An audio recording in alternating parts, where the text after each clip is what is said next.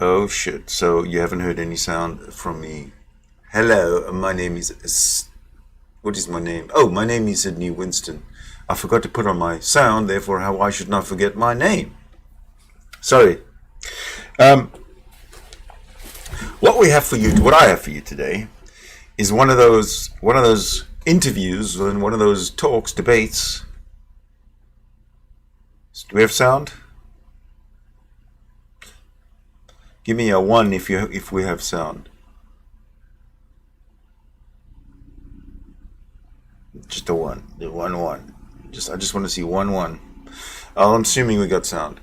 So we have one of these debates where it quite possibly could go down in the annals of history as the one debate that crushed Christianity. Stepping up to the plate for Christianity is none other than a young, naive child named Canadian Catholic. Naive for sure. To attach the name Catholic to yours, to what you believe, knowing the history of the Catholic Church, the crimes committed by the Catholics from 2,000 years ago up until today, up until, thanks guys, thanks for the ones. Residential schools in Canada and I believe in Australia, Catholic residential schools have been outed now for being child abusers, abusers in general. The Catholic Church is full of hatred. Hatred. Once they've hated on everyone else and gotten rid of everyone else, they start hating on themselves. They're like Catholicism is a cancer on society. A cancer. It must be cut out and gotten rid of. Catholicism has no place on the center stage in the modern world. None whatsoever. Which makes it doubly more pleasurable to listen to Canadian Catholic getting his ass kicked. How anybody, after listening to this, can have any sympathy for religion as a whole, for Catholicism specifically, is beyond me. But I'm going to let Aron take it away because he's the man who knows what he's doing. And I'm just here as the host. All right, so let me bring Aron in. There we go. Oh, that's still me. Okay. I'll get rid of me. That should do it. And let's let him take it away. We're ready. Hello, puppies and kittens. We have once again, it was somebody that contacted me, said he wanted to talk to me, said he was a fan of mine for a while, and if I remember the story correctly, he said I led him to an atheist position, but now he's gone Catholic. And so I'm always keen to hear how that happens. So you're listed here as Canadian Catholic. Yes. Give me some idea of where you were before you tell me where you are. Okay, so here is the story. Basically, up until the age of around 17, and bear in mind I'm around 20. I'm 20 now. So up to around age 17, I was a non-denominational, young earth creationist Christian. I was raised like that, right? And this is around the time where I started debating stuff. I started exploring newer ideas. And specifically, at this point, I explored the idea of evolution, right? This was specifically what led me to your videos, and to see them fleshed out so interestingly, specifically not attacking the other position, but simply exposing the foundational falsehoods in them, kind of stuck with me.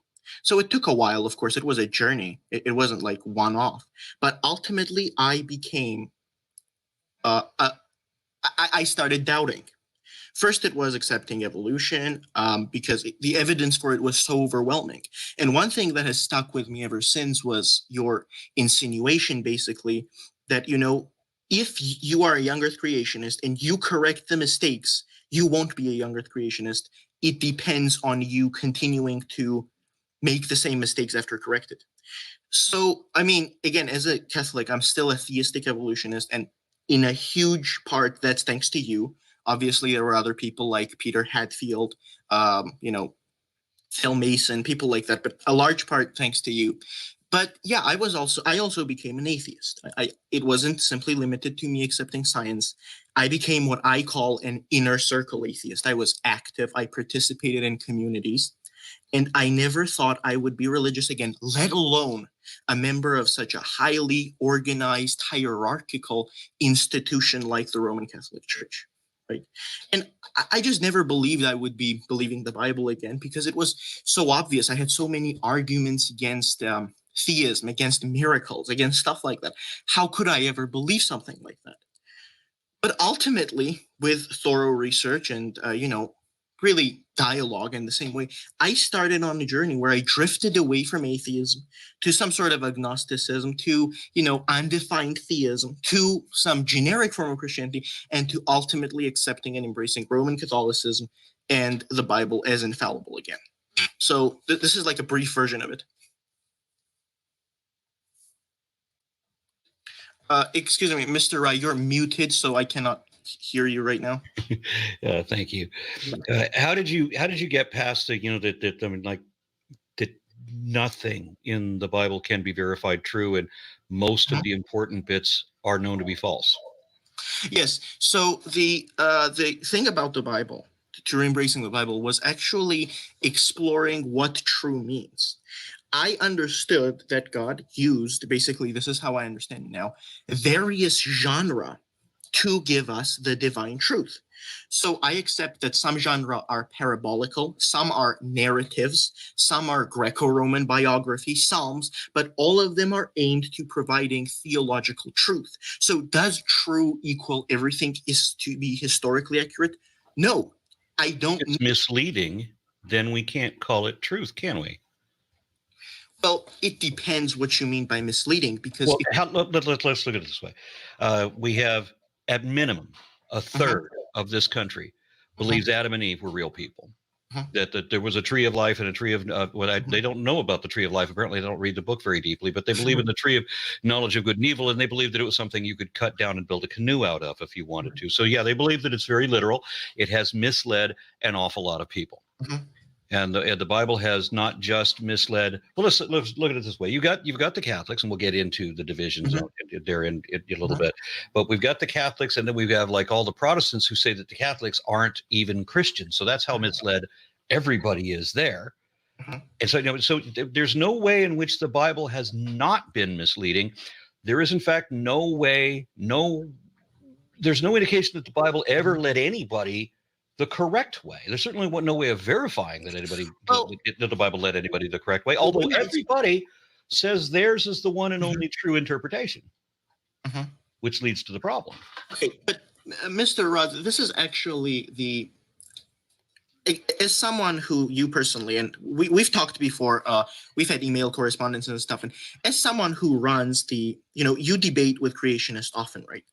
And my point is that you know how to look at something from as in a bigger picture. For a creationist, you understand how they look at a human and they look at a chimpanzee and say, how are we the same family? Even though from a phylogenetic point of view, there is very little difference, right? And that's the same thing when you tell me there is huge differences between me and a Protestant. Like me and a Baptist, we agree on so many things. That's not what I was saying. Sorry, maybe I missed it. Okay, so the Protestants declare rather commonly that Catholics are all Mary worshiping pagans and that you are not true Christians. So are they misled? Well, those who say that are misled, but they still. Okay, now let's look at the Muslims now. So we have like just over 1 billion people who say that the Bible is corrupted, that Jesus never died, and is in fact still alive, and gets out of his house every day to go heal people. And that when people come to Jesus, when they can find Jesus and recognize him for who he is, they want him to profess his wisdom to them, and he has to tell them to go find Muhammad, for Muhammad is the true prophet. So Jesus is now a prophet of Islam. Are they misled? Yes, I do think that in that aspect they're misled. Yeah. Okay, so we can just whittle. And the Hindus, of course, they're outside of this sphere because they had a book that came before the Bible, so they're not misled by the Bible. But they already have. Why would they already have a book so many centuries before there was a Bible? Yeah. So this is specifically what I actually discussed. If you look at all cultures throughout humanity, all of them seem to have a innate predisposition to religiosity. All of them are familiar with this idea of communication with the divine. This is what I was This is what I was getting at when he comes up with his big famous reason for theism. This is it. I have no problem accepting that humans have this tendency to anthropomorphize, right? And obviously, if you look at Hinduism and if you look at Buddhism, there is some sort of sense, right? There's a creator God, and like at least to some degree, I think there is quite a lot of variation in those religions, but there is some core that's true. But from my perspective, and again, I'm saying this is my perspective, that there is a tendency of humans to anthropomorphize things. So I have no problem accepting that. That's one. And secondly, I also want to say that, yes, I agree that there is a lot of people that have different answers. And sure, this is confusing, but can you name any important field anywhere where this is not the case? Just go and check out the number of... Yes, I can. When it is easy to move from one faith to another faith, and people do it all the time, and they like pick and choose. I mean, my favorite story of that was when Lindsay Lohan was going to marry her girlfriend, and her girlfriend was Jewish, and Lindsay Lohan was Catholic. So Lohan said that next month she was going to convert to Judaism. And interestingly, she's not going to convert today. She's going to convert next month. So today, she's going to maintain the belief in a triune God and the Christian concept, but next month, she's decided today that next month she will begin to believe that what she currently believes now is heresy. So it's just religion is like putting on is whatever sports jersey you want. It's like a cultural appropriation of some kind. It doesn't have anything to do with what people think is actually true. Certainly not what they can verify to be true. Now, when you walk away from faith itself. Now, when you have beliefs on faith, all these beliefs will have the reason they have all these different answers is because they're all throwing darts blindfolded, and wherever the dart lands, they're going to draw a target around it and say, "That's the one and true truth." And so you discharge off in 1,000 different directions, which is why we have 30,000 different denominations of Christianity, and Christianity is just one of thousands of different religions because nobody's got the idea. Everybody's going the wrong way. Yeah, but when you walk away from faith. Then everything turns around the other way and starts to unify in the one direction. When you start looking at evidence and what that means and start looking for the truth instead of believing on faith, then everything unifies in one direction. Well, here's our disagreement, and this is, I know you've discussed this for a fact because I've watched so many of your videos and debates that I already know that, I knew that this would come up, but I have to say it. The way I define faith, and I'll give an example, is slightly different.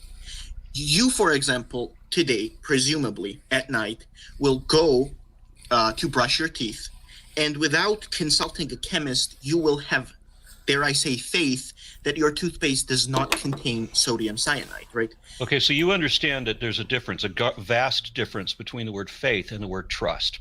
Now, trust or faith can be a subset of trust, but there's a prefix and a suffix required. Faith is a complete trust that is not based on evidence. Right. So I don't believe anything that is not based on evidence. I do not have faith. And if you tell me that my definition is wrong, then simply that definition is that faith-based beliefs are based on the assumption of authority, or maybe it's cultural, maybe it's just ingrained or indoctrinated, but it is not based on indicative evidence compelling you to that conclusion. Right. That's not the case. Now, everybody wants to argue that, but nobody can present what that compelling evidence is. Since nobody can do that, then we have to default back. If you don't have the scientific evidence to back the position, then your position is not based on scientific evidence, and I'm right. No, see, this is the paradoxical thing. You're no doubt familiar with some of the best Christian debaters, at least the ones I would consider best, the ones that have influenced me, like Dr. William Lane Craig. How does that? I don't understand. How can you listen to somebody like that and believe him? No. I was making a different point, Mr. Ra. Okay. I've never heard these Christian scholars who debate day in and day out define the faith the way you define it. No, well, let's look at Bill Craig for a moment then. Let's look at how he misrepresents faith deliberately, deceptively. When he says that when people reject God, that we don't do it, we never do it, out of basis of scientific evidence. Mm-hmm. We do it because we love sin. Or how was it that he phrased it in his book, his paradoxical oxymoron of a title, Reasonable Faith? He gives that kind of a description that nobody ever dismisses the concept of God based on scientific reason. It's always because we have some love of faith. I do agree with Dr. William Lane Craig, who I consider a very good very erudite person in presenting what I believe. Basically, the issue is, as I've said, for me, faith is you have good basis, and if you have good basis in something, then you have trust, not faith. Okay, but that's how I understand. You want to use a different definition than the real one. I get it. And every believer seems to be this way. They don't want to admit that they don't have scientific evidence to back that position. But you don't. And so that's what you have to face up. If you're going to use the word faith instead of trust, you gotta realize there's no science. I love the way that Aron Ra sees right through this little kid and cuts him off, cuts the head off the snake. And really, for the rest of this answer, for the rest of this conversation, Canadian Catholic is running backwards. He's retreating. Luckily, he doesn't have anything behind him to stop him, because if he did, he'd be in trouble, just like the whole of Christianity would be. So he just carries on. He's a trooper. He doesn't stop fighting, but he just gets his ass kicked so badly. Don't feel sorry for him, because he gets up to fight another day. Scientific evidence to back it up. You got no evidence. You have faith. Faith is when you don't have evidence. And if you have evidence, you don't need faith. As I said, the issue is right now, how do you define evidence, right? Evidence is a body of objectively verifiable facts which are positively indicative of or exclusively concordant with one available position or hypothesis over any other. Yes. So right now, as I brought an example, you could bring a chemist over your home who would give you evidence scientific that your toothpaste does not contain Why? cyanide. Why? You don't think that probabilities, you don't think that the knowledge, that the fact that we have regulatory committees, the Food and Drug Administration, and that these don't give reasonable probabilities to believe this, and thus that is evidence? That's what I'm saying. The way I see faith is that you have a... So you see faith as trust and simply don't want ever to admit that faith is really a belief that is not based on scientific evidence, that it's something you believe on authority, perhaps, or something you believe for emotional reasons or for cultural reasons, but it's not for scientific reasons. I disagree with that. As I said... Okay, then give me the scientific reasons for your belief. Well, that is the way you define evidence in this case, from my perspective, is limited because if we're talking about science, then we're going to have to talk about empirical evidence, right? Okay, but your definition of scientific evidence would seem to exclude historical evidence, would seem to exclude mathematical evidence. You are... What sort of... Let's toy with that for a minute. Let's just pretend that for whatever reason, that when asked to give scientific evidence, just remember you balked and said, no, you want mathematical evidence and you want historical evidence. No, that's not what I said. What I said is that... No. Do you have scientific evidence, or will you admit now that you don't? Okay, and it's not my definition, right? So if you have scientific evidence, that you have something that would match my definition or the National Academy of Science definition of evidence. If you don't have that, just admit you don't have that. If you don't want to admit that, then present what qualifies as that. And okay, so here's the thing. For some of that, like, here's what I'm trying to. So what I'm trying to say is that my belief in Christianity, right, is not based on a single, or it's not based on a multiplicity either. Yes. If you don't have any scientific evidence, just admit you don't have any scientific evidence. If you can't, it's not in the realm of science, you can't produce one example. I can produce scientific evidence for some things. All right, you got scientific evidence of Christianity, specifically Catholicism. The question for me is anti-intellectual. Was that a yes or is that a no? The question is not valid. He says the question is anti-intellectual. The question is not valid. This is what this little punk says to Aron Ra. The question is anti-intellectual. What was the question? So, you have science to prove Catholicism, Christianity, right? The question is anti-intellectual. That's the best that Canadian Catholic can come up with. I'm ashamed to be Canadian now. I should sue Canadian Catholic for attaching that disgusting word Catholic. It's like Nazi, Catholic, same thing, next to the word Canadian. How dare you? Canadian is pride. It's something to stand up for, something to for others to aspire to. But for fuck's sake, Catholic? No. Okay, so given a yes or no question, you said you have scientific evidence. I asked, do you have scientific evidence of your God? That is a yes or no question. Is it perfectly valid yes or no question? In the way you define it, no. Okay. Is there any scientific organization that defines scientific evidence in a way that you could produce evidence? Well, no, but... Okay. No! Will you admit that you do not have scientific evidence for your belief? Sure. Okay, fine. Okay. But finally. My definition being correct one, faith is a belief that is not based on scientific evidence. Now, we can move on. If you would like to present your mathematical evidence or your historical evidence, I'd be happy to entertain either of those. Yeah, so I try to explain that my belief is based on not one single piece, but a preponderance of different categories of evidence that add up to... But none of them, okay, you understand that evidence is a body of facts, right? That means it's objectively verifiable data. Yeah. Right? So you're saying you have a body of objectively verifiable scientific facts. Yes. Okay. So he said yes. He said yes to that. Now watch the slime ooze out of Canadian Catholic in the form of an attempt at a response. So why did you say no before? Now you're saying yes. You have scientific evidence. What is the scientific evidence you have that indicates a God? Yes, this is what I'm saying. Scientific evidence is part of the preponderance. You have a preponderance of evidence would be considered proof in this case, in this context, because like if you go to a court of law, they say that, to prove a position is with a preponderance of evidence beyond reasonable doubt. That's what we would call proof. Evidence is a fact, right? That indicates.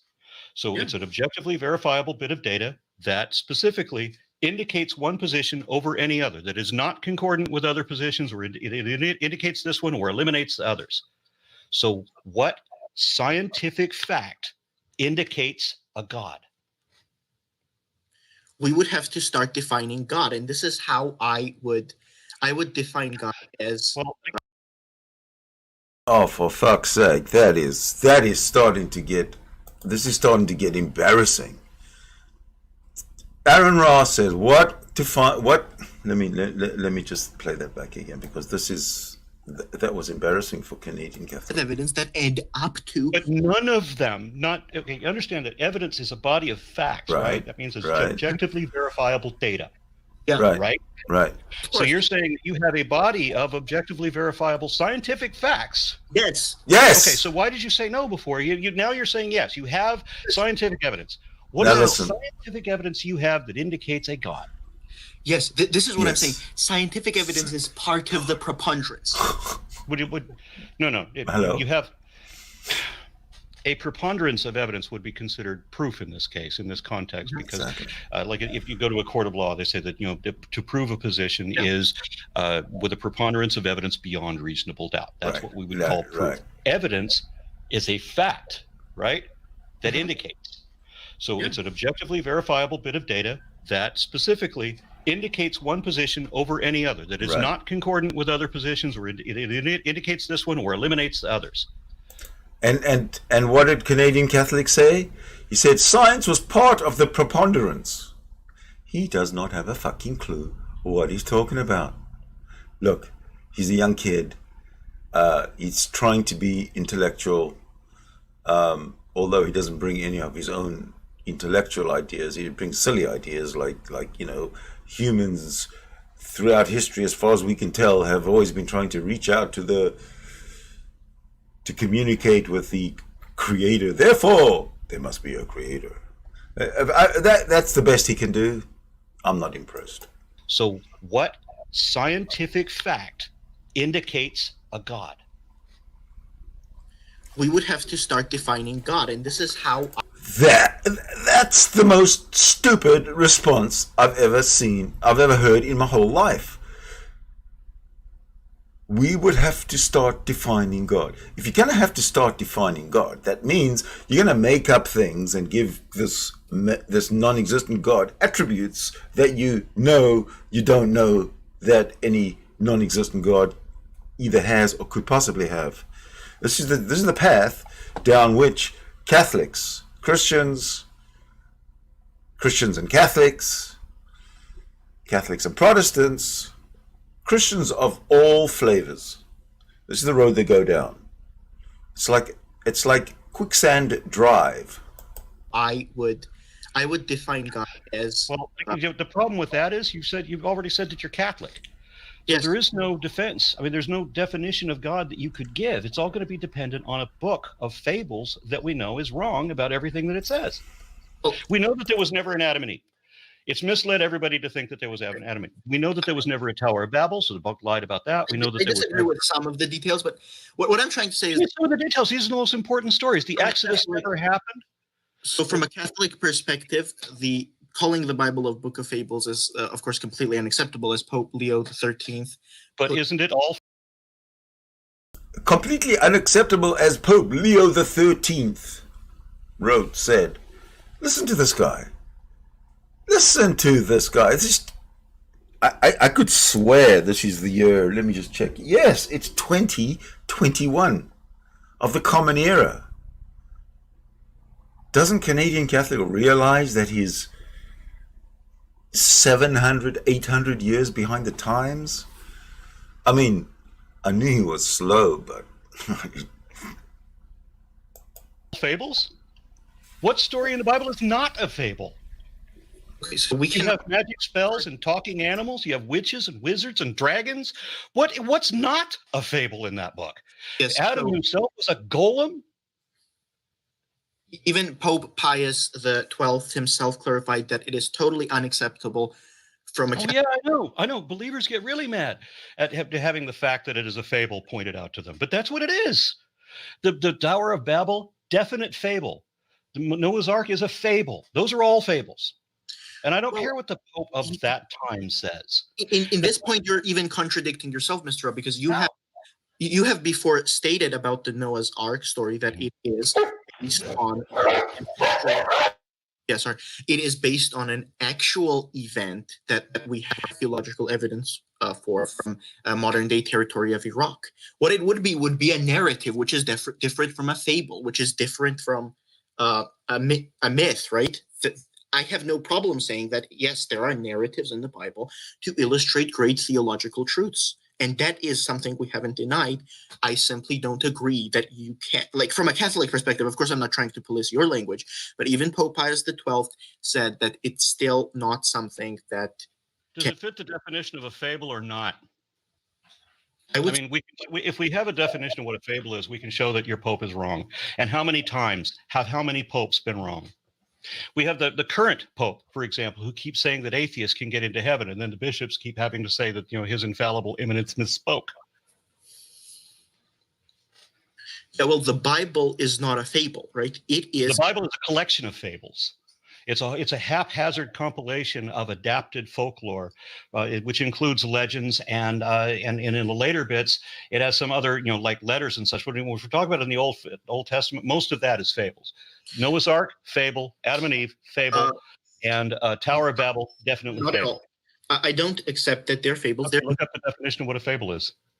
They're narratives, and fable is a category created in modern times. Which includes things like magic spells and talking animals, right? So like Balaam and the serpent in the garden. So yeah, it's a fable.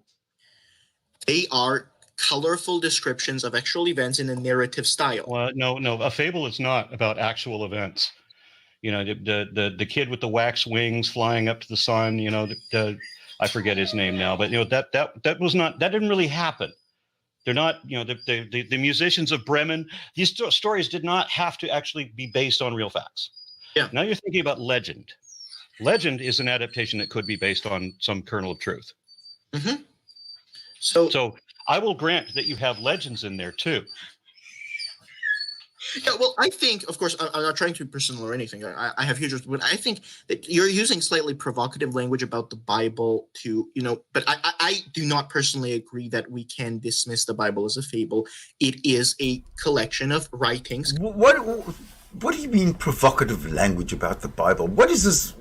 Is this Bible? What is the Bible that is? That it is. It is. It's what's the word? We're not allowed to discuss the Bible in provocative terms. We're not allowed to tell our side of the story, what we think the Bible is saying. It's a book of fables to start with. If we say what we think if we interpret fables the way we see them, and then we listen to how others interpret those same fables, how is that talking in any way provocatively against this book of fables? You call it a Bible. Bible, by definition, equals book of fables.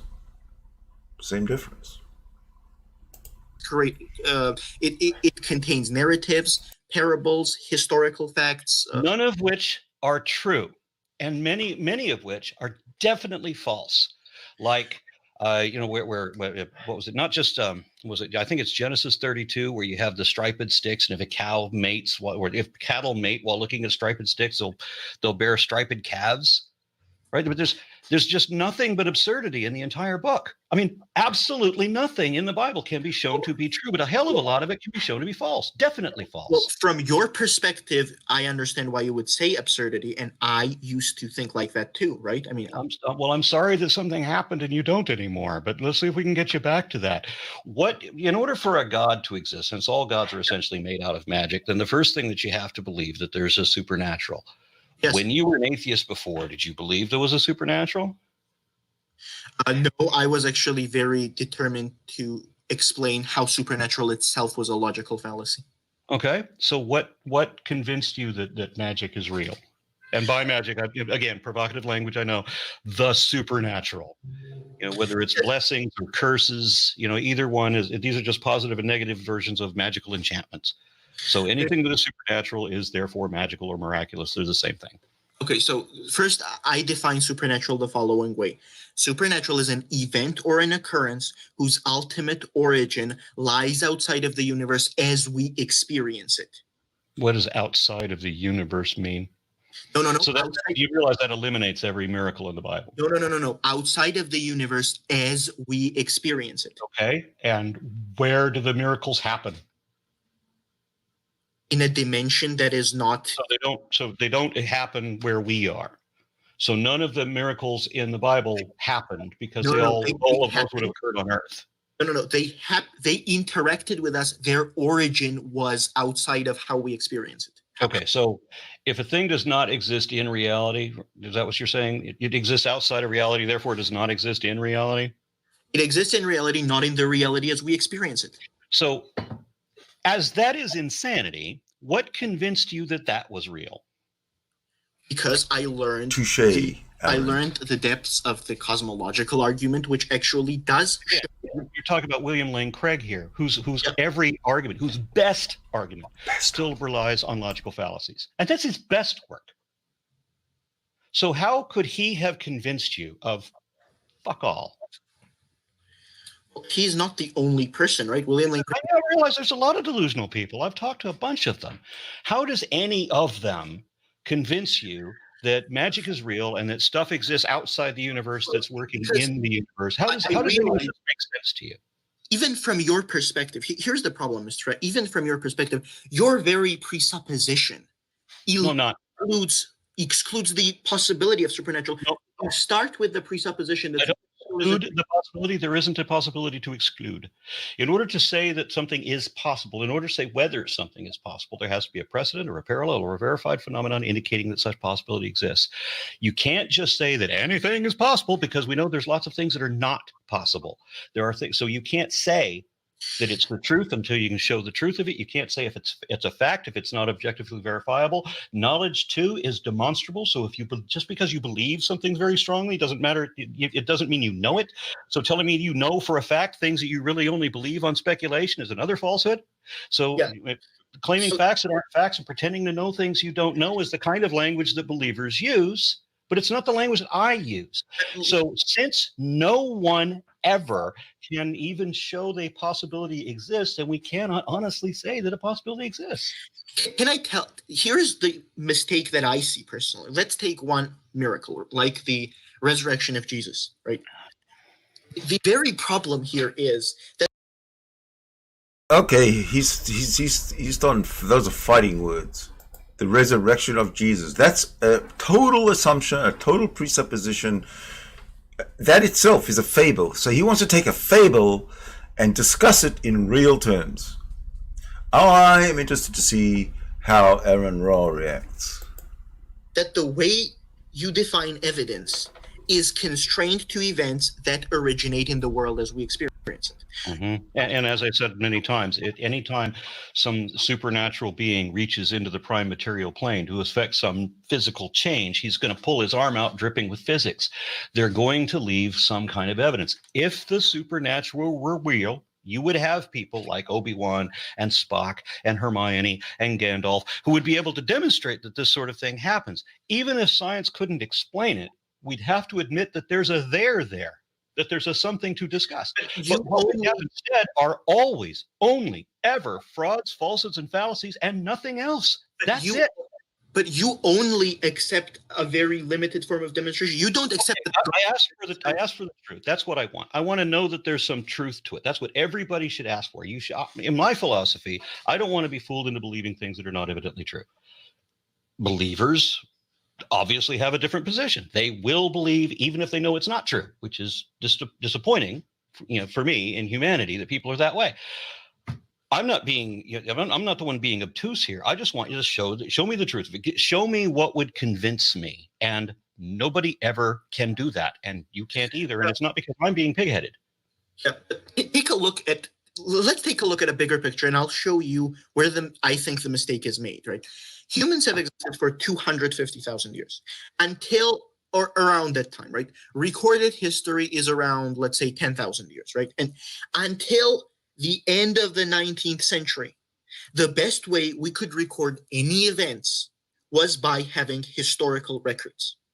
Your way of demonstrating supernatural pretty much eliminates the possibility of recording such events for the. Why? If there was a supernatural, we would be able to demonstrate it today. Faith healers could actually heal people. You would have faith healers working in hospitals. There would be demonstrable success. You would have people doing their exorcisms and so forth, right? Catholics believe in exorcisms. I know quite a lot of people do. There's absolutely no truth to that whatsoever. We know that that's impossible, improbable, and logically fallacious in most cases, and it's at least fraud in every example that I know of. But things like that would be able to be demonstrated, and it would have some variable. It would have some way to verify it. The best we've got is a handful of anecdotal stories that are coming out of like near-death experiences that can't be corroborated and can't even be interlinked to each other. So they contradict each other, which is a huge problem. I experienced the same thing when I was a neo-pagan occultist, and I'm exploring people that do the transcendental meditation thing and astral projection. Why does everybody give a completely discordant account? It's because none of them are actually true. That's why. Mm-hmm. So you accept that if the supernatural, like let's say Jesus' resurrection, that would definitely be a very rare event. Like Jesus' resurrection happened. Let's say it happened. What else would you expect it would produce? It changed world history. It has been recorded, right? Like that is the best way at the time. I would have expected at least those things would have happened, and not that it didn't happen, but the people say that it did, which is what you just did. So there's no reference whatsoever to Jesus in the first century, not from anybody. And you're telling me that he changed history when obviously did not. He didn't even make an impact on history. There's absolutely no historic record that Jesus ever existed. And if there was a supernatural, it wouldn't be limited to that one thing, would it? Because everybody's supposed to pray, which is another huge contradiction against logic, that people are supposed to pray and God will do things. God already knows what you're going to ask for and why you're going to ask, and he already knows whether he's going to answer you, so why pray? Well, we pray for our benefit, of course. That's the important. Why? How is there a benefit? Because you train basically you desire to have a communication with the divine, and I'm sure that the divine doesn't answer you and can't tell you anything you don't already know, then it's not communication. Well, I'm connecting with the divine. No, you're not. You're connecting with a magic imaginary friend. That's literally what you're doing. It is just an imaginary friend. Your connection to Jesus is no different than the Hindu's connection to Krishna. It's exactly the same thing. Or, some Chinese people that have a connection with their dead ancestors, or people who've experienced telepathic messages from extraterrestrials or Xenu or whoever. It's all imaginary friends for grown-ups. I disagree that Jesus did not exist. Obviously, I think historically Jesus definitely. Well, I'm sure there were a handful of them. The Jesus story is a compilation of at least 4 or 5 fictional characters on top of it all. Looks like a minimum of 2 real ones. Not at all. Paul specifically spoke to. Not at all. Prometheus didn't exist before Jesus. I mean, the story of Prometheus being crucified to atone for the sins of man, for having given man forbidden knowledge, that specific story didn't exist before Jesus. Dionysus turning water into wine before Jesus. Krishna giving birth to or giving sight to the blind before Jesus. Yes, virtually everything that we attribute to Jesus has already been done by some other god earlier than that. Scholarship. What we have here, you're familiar with the minimal facts hypothesis, of course, about Jesus' resurrection. You would know about it. Paul spoke with Jesus' brother. Mm-hmm. Paul spoke. Which one? St. James. Right. Which Jesus? Because there's 2 mentioned in there. There are 2 Jameses, brother of the anointed, and one of them was Jesus of Damnius. No, depending on their source, you're talking about Josephus. Josephus was talking about the James brother, the brother of Jesus, who was not the Jesus supposed to be Christ guy. That was a different. That is Dr. Richard Carrier's thesis. No, it's not. No, it's not being accepted in. No, it's not. It's not Richard Carrier's thesis. That's what the scholars know about what Josephus said. Which Jesus was he talking about with that line? That's not. Richard Carrier had nothing to do with that. Yes, well, and it's not relevant to the point either, because the fables that you're talking about are among the last things we have to get to. First, we have to get to why do you believe that a supernatural? What changed your mind to convince you that a supernatural was even possible? Not just the supernatural. Period. Magic. Sure. The first thing was realizing that magic is not supernatural at all. Magic, well, by definition, if magic isn't supernatural, supernatural isn't magic, then neither word means anything. Magic is a caricature of what supernatural is. Okay, so what we would recognize as supernatural being magical, what the hell does the word mean? Well, supernatural, as I said, is an event or an occurrence whose which makes no sense, whose origin exists outside the universe, which coincidentally is the same definition as magic.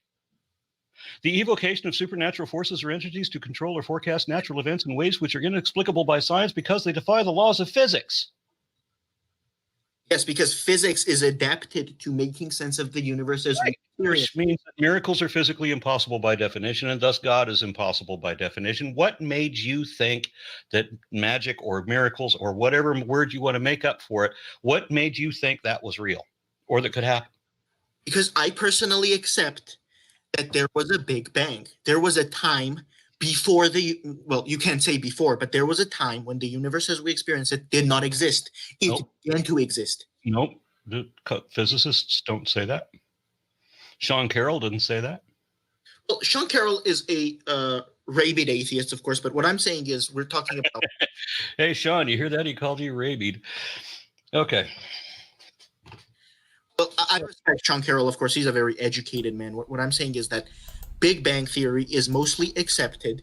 And that was not a nice thing to say. Sean Carroll is a rabid atheist or rabid atheist, whatever he said. What does that actually mean, Canadian Catholic? I'd like you to come in to explain yourself when we'll have a live meetup, or Google Meet, whatever they call it. You are invited, Canadian Catholic.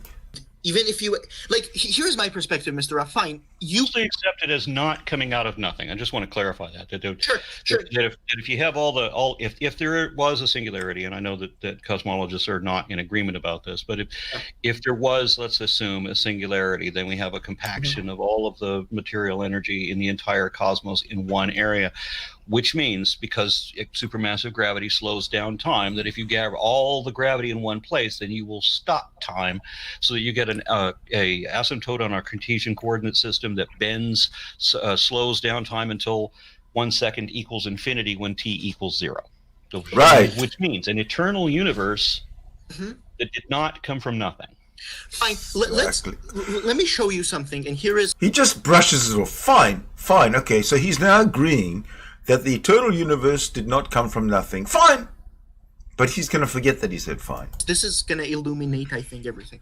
Let's, for example, agree that the universe, at least the cosmos, always existed. Okay? Mm-hmm. Let's just say that was the case. Oh, so existence always existed. Now we're getting somewhere. Okay, I'm fine with that. Here is what we end up with. We end up with something that is existence, something whose nature is existence itself, something that is the uncaused cause, and something that is capable of producing parts of itself that are conscious, right? No, he's just talking shit. You end up with something that starts to meet the definitions of God. That's my... How? Because a magical, anthropomorphic, immortal doesn't come into this at any point. Exactly. We put aside... No. If you have a uncaused cause that is capable of producing conscious... Say uncaused cause. He makes that out. Eternal. We could have a cause for that asymptote to begin to bend. No idea what that might be. But it's not that we have a universe that is apparently eternal, didn't come from nothing. So we don't have anything remotely like a God at any point. The universe starts to take on the properties that would belong to God. We are led to pantheism. We can't. No, the universe exists. We know that the universe exists. Yeah. Your God does not. The God that you're talking about was made up by people within the last several thousand years. Yes. And then other people have embellished and adapted that idea. Exactly. So that the original concept of God is very different than the one you believe in now. So the universe did not belong to God. And since you mentioned before about defining God, we should probably do that. About time. Every deity fits the description of being a magical, having supernatural powers, anthropomorphic, having human characteristics, immortal, meaning that it will not die of old age or cancer. Immortals can be killed, but there usually has to be a special way to do that. And you don't usually keep them dead because the gods can be independent of whatever body they happen to wear and just come back in a new body or come back without one. So you're defining God specifically, I would say, in a way to make it look ridiculous and fair. Am I? Yes. How would you define a God? Well, if you have read the book of Exodus, and if you remember Book of Exodus, God Yeah. defines himself. The guy who walks around and talks and sits and eats and No, no, waves no. his hand and turns his head and shows his backside, allows 72 people to look upon him, but also says that anybody who look upon me will die. Yeah, I understand all the contradictions. Has to cheat in wrestling and still loses. Yeah, I know that guy. Well, the Bible contains anthropomorphisms, which is using human terms to facilitate our understanding of the divine. But the Bible is clear that God is not human in form. What is the definition of a god?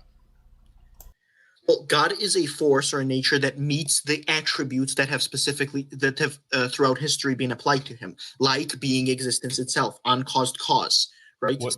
How does Thor or Odin or Cirrus or Cernus, how does Horus or Set or any of these other gods fit into this definition? Well, they are specific versions of God. We were defining a more general. We have to come up with a definition that doesn't. Now there's how many versions of God are there now? He's actually saying there's more than one definition of God. Canadian Catholic, you're digging yourself a little grave. Automatically exclude hundreds of gods that have been worshipped by millions of people for thousands of years. Agreed? Sure, of course.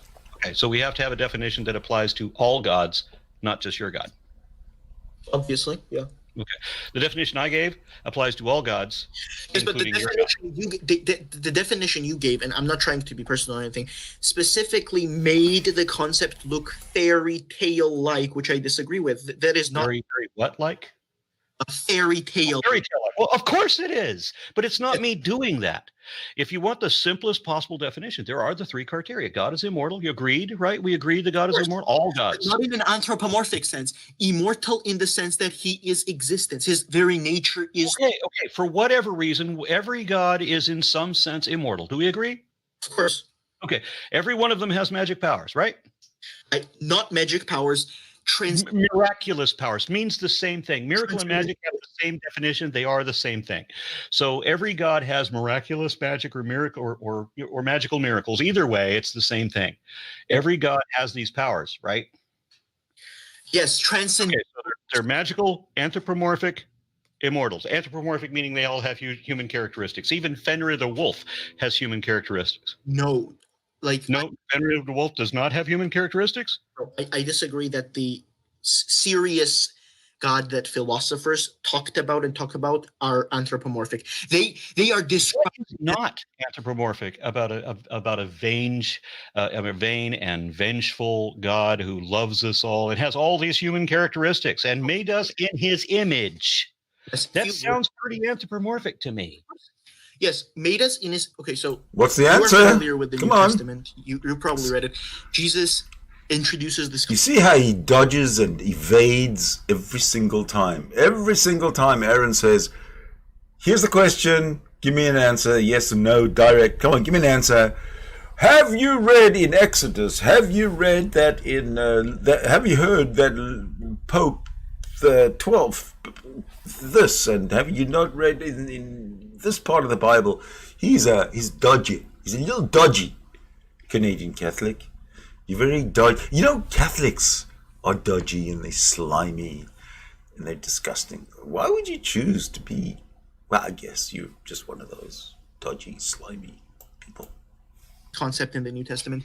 What shall I compare the kingdom of heaven to? Basically, the idea is that for us to understand the divine, we have to think of it in human terms, even if the human terms are not adequate to describe it. Unfortunately, Jesus did not introduce that. He introduced that idea to the Jews, but it had already been introduced at minimum 6 centuries earlier by Krishna. Okay, well, regardless, you understand that we have to use, this is actually what Thomas Aquinas laid out to. Basically, our view is that we have to use some sort of anthropomorphic terms to describe the divine, even though if it has intelligence to understand language, that is an anthropomorphic quality. If it has a human quality to it. So yes, but admit. understand not in our way. It doesn't have a super big brain. It understands in a way that we cannot fathom. Okay, so gods have anthropomorphic attributes. in godly ways. Granted, Yes. but my definition still works on all 3 points. Well, And your it's not that I'm trying to make God ridiculous. It's that God can't be made not to be ridiculous. I disagree. Your definition is specifically trying to. No, I'm not trying to. That's what it is. Every God, if we're going to classify all gods, we have to come up with a minimum number of criteria that apply to everyone universally accepted in that set before we can come up with specifics to whether some new addition might belong to that category or not. Mhm. The way you do classification. I'm not making any attempt to make your God sound silly. That is just the minute. You couldn't do it better. You couldn't come up with a definition of God that would be as minimal as what I'm talking about. The minimum criteria that covers every God that people believe in. Well, pantheism. You exclude pantheism, for example. Why? Why would you assume that? Because pantheists don't believe in some of the things you've listed. They don't believe in miraculous anthropomorphic walking figure. They believe that I'm sorry, I thought you were talking about polytheists. You're right. Pantheists don't believe in a God in what we would classify as a God. Spinoza's God, Einstein's God was not a God. Oh, so there you go. Your definition is tailored to only make God that we believe in sound like a fairy tale. So that's kind of no, it's not. It covers every God, including yours. Except but my definition doesn't include Spinoza's or Einstein's gods because those were not gods, as Einstein himself said. From the position of a Catholic, or specifically he said Jesuit, that you would have to consider Einstein atheist, because what he believed would be more in line with atheism than with Catholicism. Okay. If you have a force, let's leave everything for a second. I just want to clarify. If Einstein believes in Spinoza's God, which Einstein said, and Einstein admits that his God technically is not a God, then what am I tailoring? Am I tailoring anything, or did Einstein already clarify that?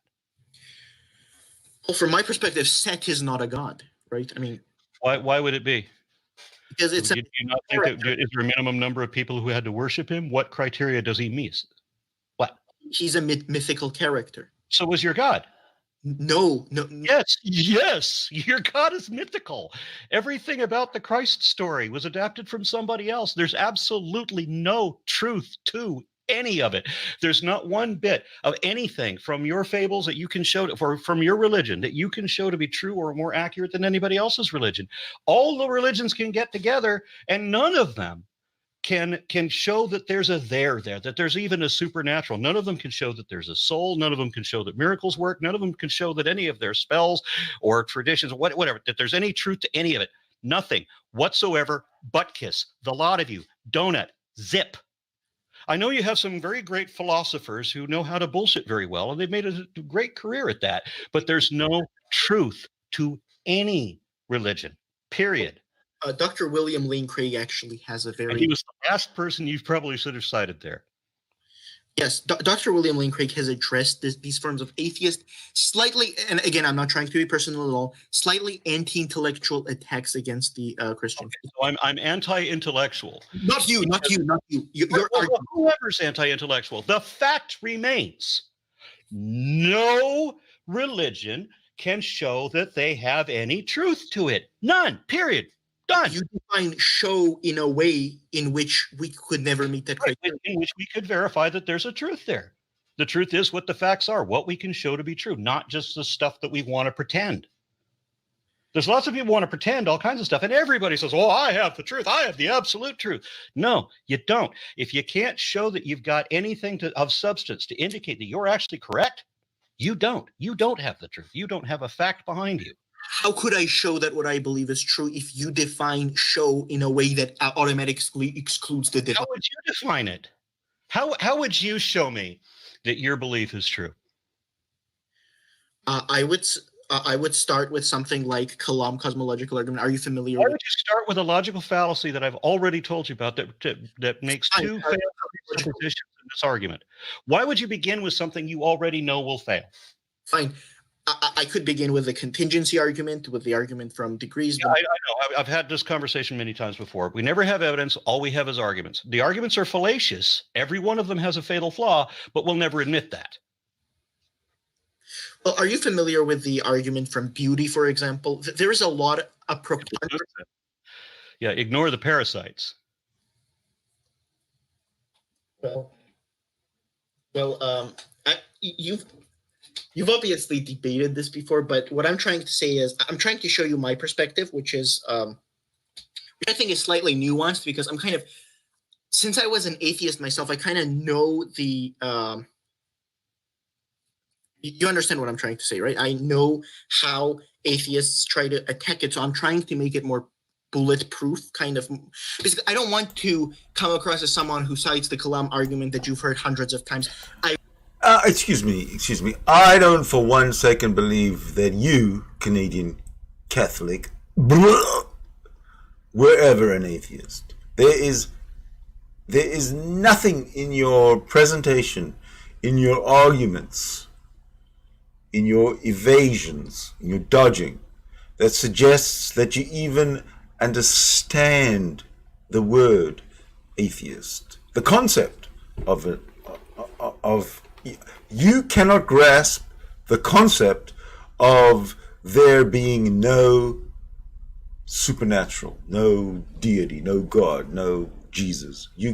There is nothing indicating to me that you have any idea what you're talking about when it comes to your claim of having ever been an atheist. I don't buy it, not for 1 second. It's not that I've heard it hundreds of times. It has always failed because it has a failed premise that we've already covered. We've already discussed this. The Kalam Cosmo argument is a bad argument that makes it makes a false assumption, which then causes the conclusion to fail. So what have you got? What can you show me? Because I can tell you now, arguments aren't going to do it. Fine. I think simple question that'll demonstrate. Aquinas. So don't even bring up Aquinas. Fine. I'll ask something of substance. Okay. I'll ask you a simple question that'll demonstrate why this is a wrong way to approach it. What specific, don't go into anything else. What specific piece of evidence would convince you that also is not an argument, the God of the gaps fallacy? Pick a specific argument that, when demonstrated, would not also meet the criteria of being a God of the gaps fallacy. I don't understand the question. Why would you include the God of the gaps in my answer? You don't understand what I'm asking. Okay. Could you personally pick a specific piece of evidence that would convince you that my God exists that would also not be criticized as a God of the gaps fallacy? Basically, I did already tell you a couple of times, yes, that if there was a supernatural, we have to have that first. So magic has to exist, or gods cannot, because gods are made of magic. So you have to be able to know that the magic exists. So there has to be, and I'll include in that. We'll include in that psionic capabilities. All of the Jedi stuff. Telekinesis, telepathy, remote viewing, empathy, astral projection. All of those. Any of those could be demonstrated to be real. Any of them. Mm-hmm. And at one point, everybody, even atheists, believed that all these things existed. We all thought that there was scientific evidence for these such things. I mean, that's why we glommed onto Star Trek so strongly. But it turns out there's no truth to that. None. There's no supernatural whatsoever. If there was, there would be many different ways of demonstrating that, but there's not. Do you accept that time, as we currently experience it, began to exist? In a sense, I would have to say so, because we have that asymptote has to go from dead straight to curved at some point. So you accept that time can exist in a different dimension than how we experience it? Time is a fourth dimension. Sorry, I didn't mean dimension. In a different form than we experience it. You accept that? Well, basically, the Big Bang Theory is time expanding, right, from a singularity, and this is how our universe began. Time doesn't expand. I mean, I'll grant you that time begins. Right, but time expanding, that doesn't make sense. Time is time. A equals A. Universe didn't begin, but time did. Sure. And that's how I define our specific point of. So he agrees that the universe did not begin, but time began. So the matter that the universe consists of was already there. The universe, right? That's what I call. How do you define our specific point in the universe? Well, 13.6 billion years ago, the universe that we live on expanded from a singularity. But Okay. material existed in a different form than us, right? Time did not exist as we experience it. The materials that make up the space, the matter, it was not in the same form. So you accept that there is an existence that is different from how we experience the universe, right? I'll entertain the possibility that there could be an existence that is different than we perceive it. So why won't you entertain the possibility that some events that happen here could have their origins outside of this as we experience it? There's nothing to indicate that, and you need to show some proof of it. You need to show the truth of it. So what can you show me to indicate that there is because what you've given me, okay, and I just want to be very clear. You've given me the lies of a liar named Bill Craig, and you have given me the lies of a Bible that we know are not true, and you believe both of these wholeheartedly. If God existed, evolution would still be a demonstrable fact, and you've already accepted that. If God existed, the Bible would still be man-made mythology with no truth in it. I disagree, but not even the existence of God can change that. The Bible is still wrong, even if God exists. Of course, I disagree with that because of course, I disagree, but you are wrong. The Bible is still wrong. There still was no Adam and Eve. There still was no global flood. There still was no Tower of Babel. The Exodus evidently did not happen. None of that. And that would remain true even if there was a God. The Bible is still wrong. Okay, so cattle do not produce striped calves when they mate with striped sticks. Rabbits don't chew cud. Bats are not birds. We can go on. The Bible is absolutely wrong about everything that we can verify. The way you talk now is kind of slightly in contrast with your first, if you remember the video of the first foundational falsehood of creations, where you show that the Bible is not meant to be an ornithology textbook. It's a theological book that uses human language to demonstrate. Mm-hmm. And it does happen to be wrong. But as I said in the first foundational falsehood of creationism, there are quite a few people who do not base their belief on the Bible. So I've met quite a few Christians who advocate for science and admit that the Bible is man-made mythology, that things like Noah's Ark, for example, definitely did not happen, that this was just stuff that people wrote in.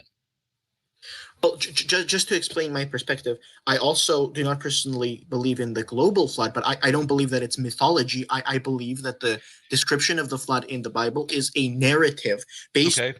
It's a narrative that describes the water going to 15 cubits, which is roughly 22 feet, which is actually concordant with the flood that we believe that this is based on. I myself am certain that it's based on the flood of Shuruppak, because the depth of the flood described in the Bible and in other documents, there was a flood in that place at that time that met that depth and that had some of these related features. Did it have two of every animal on earth? No, absolutely not. That is a lie. That's a fable that was written into it. And it wasn't Noah either. And it wasn't, it was a guy that already had his cattle on a barge to take them to market who ends up getting washed out into the Red Sea. That's what happened. Look how we changed. Sorry. It went from being a total fable to now having a historical core and being an acceptable narrative. So that's what I'm saying. That's why we have different definitions. So we had this huge exaggeration beyond all context where every original detail except the depth of the flood itself was blown out of all proportion, and now the flood covers all the mountains and killed everything in the world. So that's a lie too. It's a colorful description of the civilized world. Lies are not just colorful descriptions. Why did you call it a lie? Because there was no global flood, right? The Bible says there was a global flood. We know that there was no global flood, right? Does it matter that the eternal truth involved a different guy worshiping different gods? Okay, so global in allegorical sense, as in global, far-reaching. So we're now going for allegory. There was a guy who worshipped different gods. No, I don't accept that. You don't believe that Mesopotamians had their own pantheon before rabbinic Judaism ever existed? Well, they had their pantheon that kind of after Noah, right? Because even the Mesopotamian, except that it wasn't Noah. Ziusudra was not Noah. Well, Ziusudra was a Mesopotamian king, and his records are inextricably tied to the Mesopotamian pantheon. yeah, I'm familiar with that, but Mesopotamian pantheon developed later. It describes some. It's not developed later. It was already there. He is inextricably tied to it, according to the Sumerian king list. I am. So basically, what you're saying is that Noah was a polytheist. Realize that biblical scholars disagree with you across the board here. Rabbinic Judaism did not exist. Sure. I agree. It's not. I'm not saying Noah was a Jew, like rabbinic Judaist or anything. And that Judaism was based more on Zoroastrianism than on any other faith, right? You accept that the scholars say this as well. Well, scholars say there is some interdependence, but I agree that like the worship of Yahweh, right? Yahweh was not like, you understand what I'm saying, right? Yahweh is a description of an eternal God. I'm not sure about that pronunciation. Okay, sure. Maybe. Huh? What? I'm not sure. Jehovah, Yahweh, Tetragrammaton. I was going to say, just look at the letters, look at the pronunciation of the letters, if those are the correct letters, and remember that these are the letters that we were supposed to breathe God's name as you walk. And now think about YHWH, and just think about walking Yehovah, Jehovah, Yahovah. Right? That's my personal opinion of what that the actual pronunciation there. Yeah. That's all it was. What I'm saying is basically, not to get out of line, you started, this is a perfect example, by totally maligning the story of Noah as a complete. I didn't malign. No, I'm being honest. Okay. So, the story of Noah is a fable. It is false. There was a flood.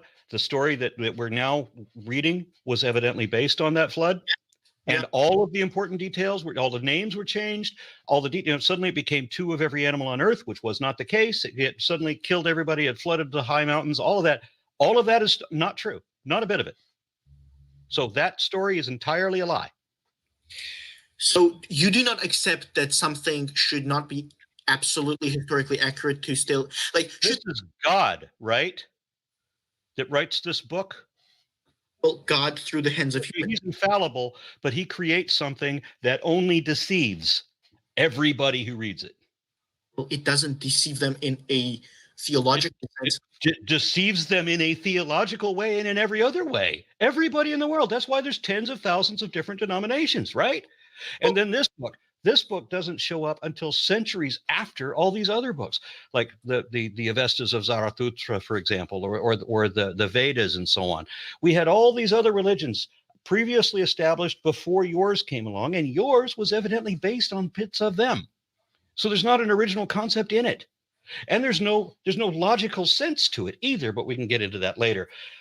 I still have to wonder, just the question I was asking you in the first place. You were an atheist. And then suddenly you not only decided that supernatural exists, and then decided that a God exists. Yes. And we've still never gotten to the reason why you thought there was a supernatural. Now we can get into the reason we thought there was a God, and then why you chose to jump into the most indefensible of all denominations.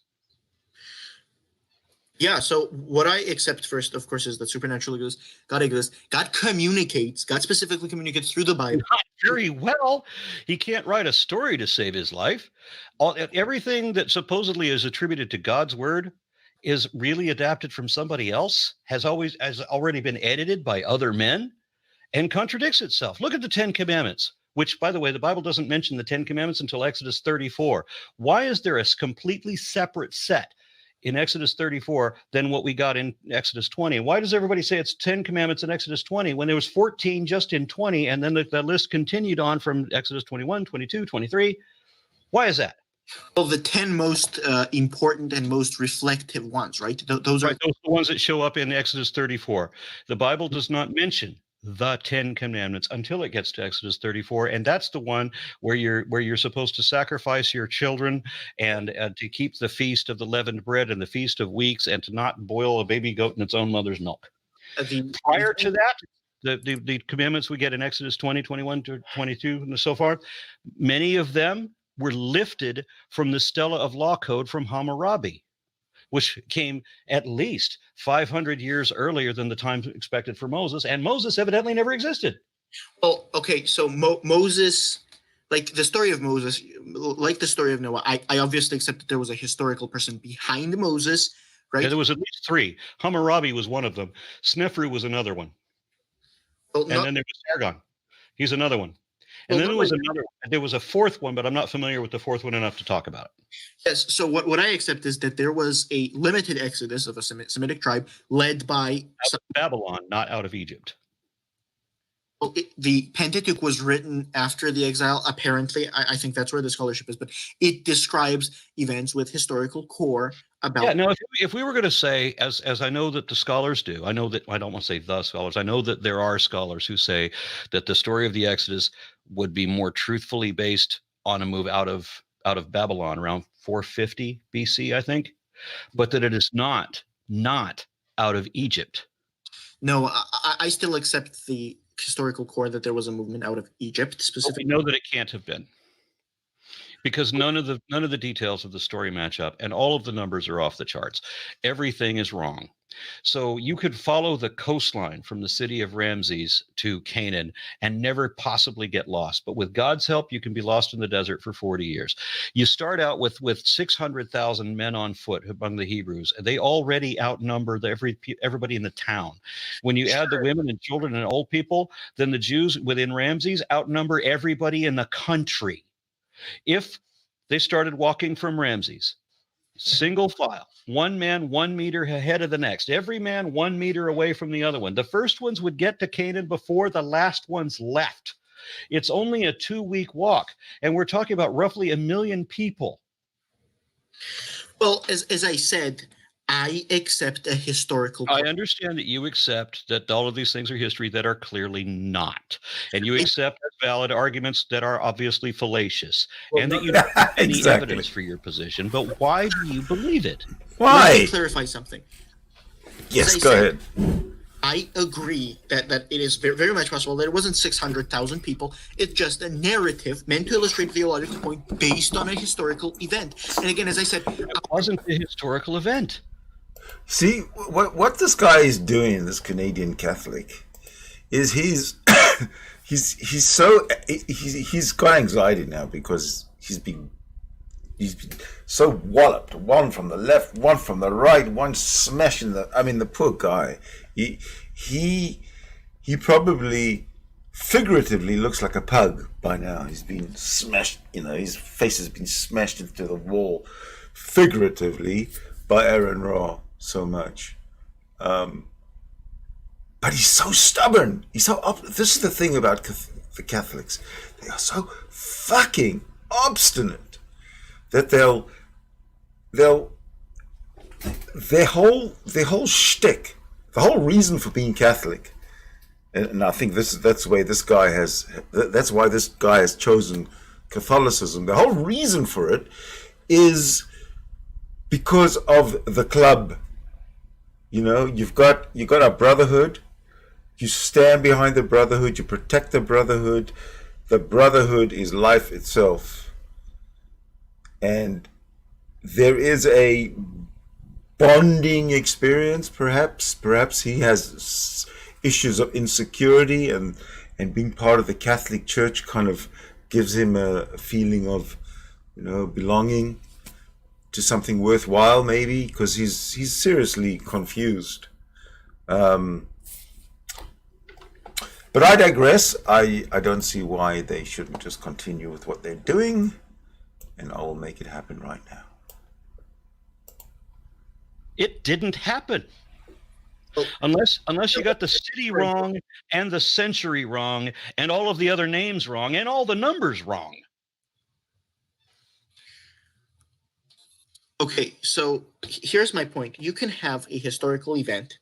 You can have a narrative based on that historical event that is slightly told differently, that is meant to illustrate a truth. Told wrong, where all the details are wrong and therefore misleading. They're not wrong. They're told in a narrative point. Okay, if they're told in a narrative point and the numbers are not the numbers that they actually were, then the numbers are wrong. Or we could accept that the numbers are simply meant in another way to say that there were many people in this narrative. We're just going to make up any bullshit excuse necessary in order to preserve the fables that we know are fables and don't want to admit that they're fables. Let's look at when just before Sodom and Gomorrah. All right. Yes. So Abraham is lounging about his house, and there's a knock at the door, and there's three guys there. Mhm. And he recognizes one of them and says, "Oh, hello, God." Yes. And then God, hanging out with Abraham, he sends off these two angels, and they end up being the guys that Lot tried to give his own daughters to a rape mob in order to save these angels, because it's okay that they rape his daughters because they're just women, so women don't have any value. Lying But the what? Well, you're slightly trying, like you're specifically saying it in a way to malign them. That story is absolutely reprehensible. There's no defense for that tale. So don't even try to go there. But that's not what I'm talking about right now. I'm not talking about that indefensible story. I'm talking about a different indefensible story.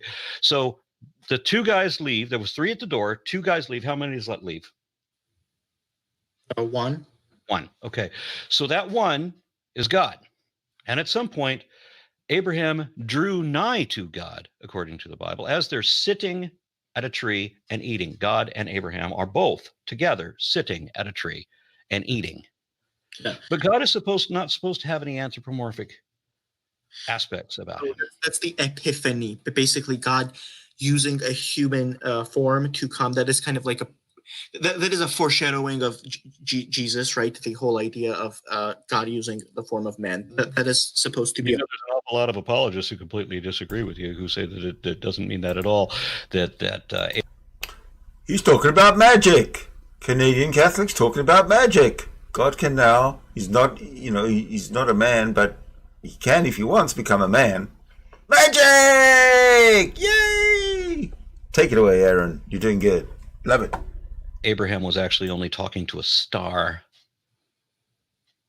Well, Even though the Bible's very clear, there were three guys at the door, two left, leaving one, and the one that was left sat at the tree. And they argue that that God is pure spirit, and that men cannot look upon God, even when 72 men look upon God at the same time. Well, God can use human flesh. Contradictions. God can use human contradictions, yes, and he can fudge the numbers, and all the facts can be wrong. And if there's a kernel of truth that some guy who isn't Noah, who didn't have two of every animal and only had his immediate area flooded out, and he believes in completely different gods, but if there was a flood, then we can say that the global flood of Noah's Ark is a real story. Well, you know what I'm surprised with? Because you obviously talk with a lot of people who can creatively make even scientific facts like evolution sound ridiculous. So this is why I'm confused. You're making something sound ridiculous. I'm making something. Yeah, there's no way not to. This is absurdity. Every bit of it. The Adam and Eve story, absolute absurdity. It starts from there. You can't get more ridiculous than the Adam and Eve story. Honestly, a talking snake. How could you get more ridiculous than that? Adam starts out as a golem spell. You know what a golem spell is? It's a Jewish tradition where you pile up a bunch of clay, and they did this in earlier than Genesis creation myths, like Enuma Elish and the Epic of Atrahasis. They form these clay figurines, and then you breathe into it the breath of life, and that's where all this comes from. It's because the people who wrote the stories and made up the gods didn't know what air is. They understood that you would die if you can't breathe, but they didn't know why you had to breathe, and they didn't know that air was particulate matter. They thought it was spirit. Well, you are trying to use the very poetic language of Genesis to make it sound like a fairy tale, which it's a fairy tale. It's got magic spells and talking animals and curses and blessings. Okay. So yeah, it's every way. It's a fairy tale. No, supernatural is not magic. This is supernatural equals magic. Magic equals supernatural. They are the same thing. They share the same different. Miracle and magic share the same definition. Look them up. It's not Disney magic, right? The way you're trying to make magic. Does Gandalf use Disney magic? Yes, Gandalf is a fictional character, and so is God. But what is Disney magic? specifically depicted spells and incantations and stuff. Specifically spells and incantations. Yeah. So, like in Leviticus 14, for What example, the when you fuck? have to go through the ritual of involving all 5 elements, when you have the earthen bowl and you have to kill the blood, or you have to kill the bird and drip the blood into the earthen bowl while it's running under flowing waters, and then you have to take the surviving bird, and you have to dip the wooden wand in and sprinkle the blood onto the bird and release it in a field so that it flies, just so that you can involve all of the elements, all 5 of the elements in this spell. Is that what we're talking about? Well, okay, so that is not this Disney spell, right? That's specifically exactly is it then? instruction from God of ritualized observance of religion, right? Which has nothing to do with the actual fact of the matter, which was how to cure scabies in people. That is what God. So the Bible was absolutely wrong in its description of what you should do there. That makes Just sense. like the Bible is absolutely wrong on everything that it says. On everything that it says. That we can when we're talking about history or we talk about science, science is it's just wrong on everything in science, period. The Bible, every description the Bible gives about the earth in relation to the rest of the cosmos is embarrassingly wrong. The Bible describes the earth as a flat disk covered by a giant crystal dome that has windows in it, and the sun and the moon are both the same size as each other, and both, including the moon, are bigger than the stars. The stars and the planets all have personalities somehow, and that the stars can come down to earth and go to battle with somebody if they so desire. The Bible was written from the perspective of mere primitive savages who obviously had no idea what the cosmos was really like, and certainly didn't know what the shape of the earth was. Look at what you're doing. You're taking very, very beautiful descriptions about beautiful. It's insidious. It's idiotic. No, listen to what I'm saying. You're taking colorful descriptions of the planets and the stars and saying, lies. Okay, so there you go. You have a very It's giving a very false description. There is no firmament. Period. The Bible says it's firmament. No, there isn't. Correct. The sun and the moon are not the same size. Correct. The stars are not something different from the sun. The moon is not a light. Everything the Bible says is wrong. There was no Adam and Eve. There was no Tower of Babel. We already know that way before that story, by the way, was based on the Tower of Marduk or Marduk Ziggurat. That was established by I think I have to specify that I think this is what it is based on. That was established by Hammurabi right around 1750 BCE or something like that. And roughly at that time, and this is the kernel of truth to the story of the Tower of Babel, is they used to teach cuneiform writing, reading and writing in school. And they would have kids learning how to print in cuneiform. And so they had a written language until the Mesopotamian Empire fell, which was when the Marduk Ziggurat was begun, but never finished.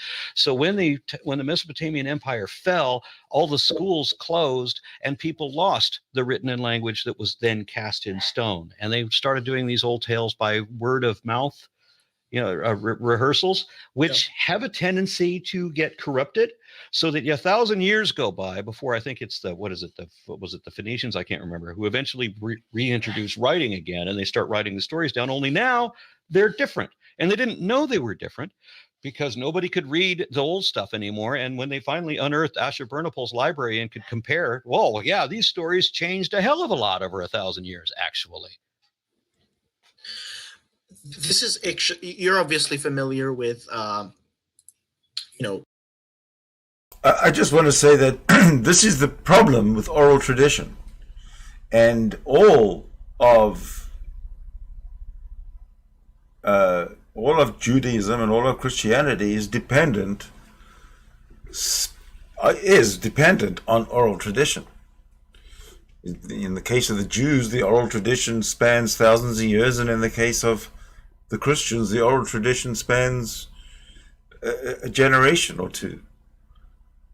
But the stories change when they are communicated through oral tradition over time. Yes, they do.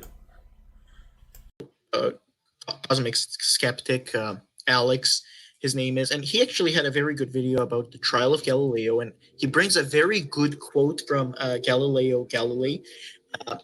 it is, and I simply will quote him, it is necessary for the Bible, in order to be accommodated to the understanding of every man, to speak many things which appear to differ from the absolute truth, so far as the bare meaning of the words is concerned.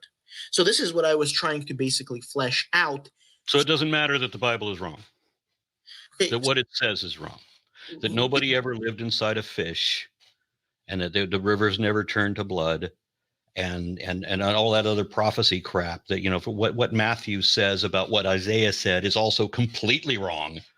That whoever wrote Matthew, because we know it wasn't Matthew, obviously didn't understand what Isaiah was talking about either. But that's why that's completely wrong.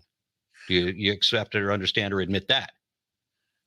Well, the part about Matthew not being the author of Matthew is like, that's probable because most scholars seem to accept that, but no. Yeah, and when you said that what Isaiah 7 speaks of was supposed to be a fulfillment of prophecy and having a virgin give birth, we know that's not a prophecy. Well, whoever wrote Matthew didn't understand Isaiah, because Isaiah was not prophesying about some kid that was going to be born 700 years later. He was prophesying about his own son way back then. Yes, and it had a double meaning that Matthew notes and evaluates and applies to this situation. That is actually... He can't, because the purpose of that child in that story, 700 years before Jesus, was that by the time that kid was old enough to choose honey over curds, then the king at that time was going to know that his enemies were not a threat to him. However, that prophecy failed every way that a prophecy can fail, because both of those kings did raid. Isaiah was completely wrong. That king was killed. His enemies were a terrible threat. The kid never got to be old enough to choose honey from curds. Every part of that prophecy failed. He was not in any sense, nor could he have been, talking about Jesus. Well, you don't accept the concept that I brought up earlier, which is this idea of being a prototype of something, right? You can't... But because there's no correlation. There's nothing in Isaiah 7 that can be matched with Matthew. Nothing. No, the fact is, of course, that Matthew, whoever wrote Matthew, was a genius, right? A genius. Well, whoa. The fact is that whoever wrote Matthew was a genius. This is what the best that Canadian Catholic is not coming up with. The fact that whoever wrote Matthew was a... How many empty assertions are we going to make here? Yeah. So some guy who's like retelling the local legends of his day in two different versions, because we got two different authors telling basically the same thing. And how is he a genius? He didn't even he's even citing earlier work he clearly did not understand. What about that is genius? Okay, well, the author of Matthew was, of course, an educated Christian of his time who knew the Hebrew scriptures very well. He actually read from the Septuagint, which is the Greek translation of the Bible, the Old Testament, Bible, Hebrew Bible. And he sees the double meaning of certain texts. Hold on a second. Now you're going to translation. Why are you turning to the Greek translation of the Hebrew Bible when there is an original Hebrew Bible available to study without needing to have it translated, and then discussing and arguing about the veracity and validity of the translation? Why don't you just go and learn Hebrew and read it in Hebrew, and then it's the Hebrew Bible, then discuss it? What is the point of referring to a Greek translation of the Hebrew Bible? Now you really are starting to be illogical, totally irrational. Canadian Catholic, I'm talking to you. Texts like the one in Isaiah. Yes, I've heard these stories before. It's like other references in Kings where the dogs are biting. what's his name? I hate when my memory fails me. So there's some king who has I think it's a dream where he has dogs snapping at his hands and feet, and because one of the translations uses the word pierced, then suddenly that sentence all by itself, outside of the entire thing, having nothing to do with the story it was telling, that sentence suddenly becomes a prophecy about Jesus. You couldn't get a better example of an out of context quotation than that. But that one sentence by itself is supposed to prophesy Jesus. How? Because the dogs tore at him like lions and pierced his hands, and they're not talking about Jesus. The Old Testament is filled with scattered references to that don't portray to Jesus because they were written by people who never thought about Jesus, who didn't believe in Jesus, and Jesus didn't meet any of the criteria to be the Messiah anyway. Here's what you have to understand from our Catholic perspective. Even the people in the Old Testament we still count them as Catholic. So Adam is literally a Saint Adam to us. Except that there was no Adam, of course. Adam is a fictional character based on Adapa and also on Enki. And probably somebody else Adam as well. To the best of my understanding, anyway. We know that there was never an Adam. No, we're certain there was never an Adam. There was never an Adam, but here we have Canadian Catholic talking about, everybody in the Bible is a saint, so we have Saint Adam, Saint Noah, and Saint Jesus, and Saint... Who else is in the Bible? Saint Lilibeth. And Saint Lot, and Saint Jezebel, all these saints. Catholics are weird, are very, very, very, very weird. Don't you think? Adam.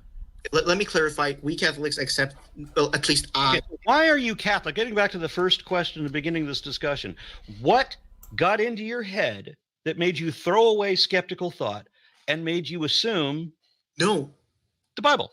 I am Catholic because I applied my skepticism to my own position of at the time atheist. You're not. Yes. You can't. You're demonstrating the very opposite. You're saying you can accept any bullshit excuse. You can redefine everything necessary just as long as you believe in the fables that you know aren't true. No, there's no kind of anything even looking like skepticism involved anywhere in there. Nothing.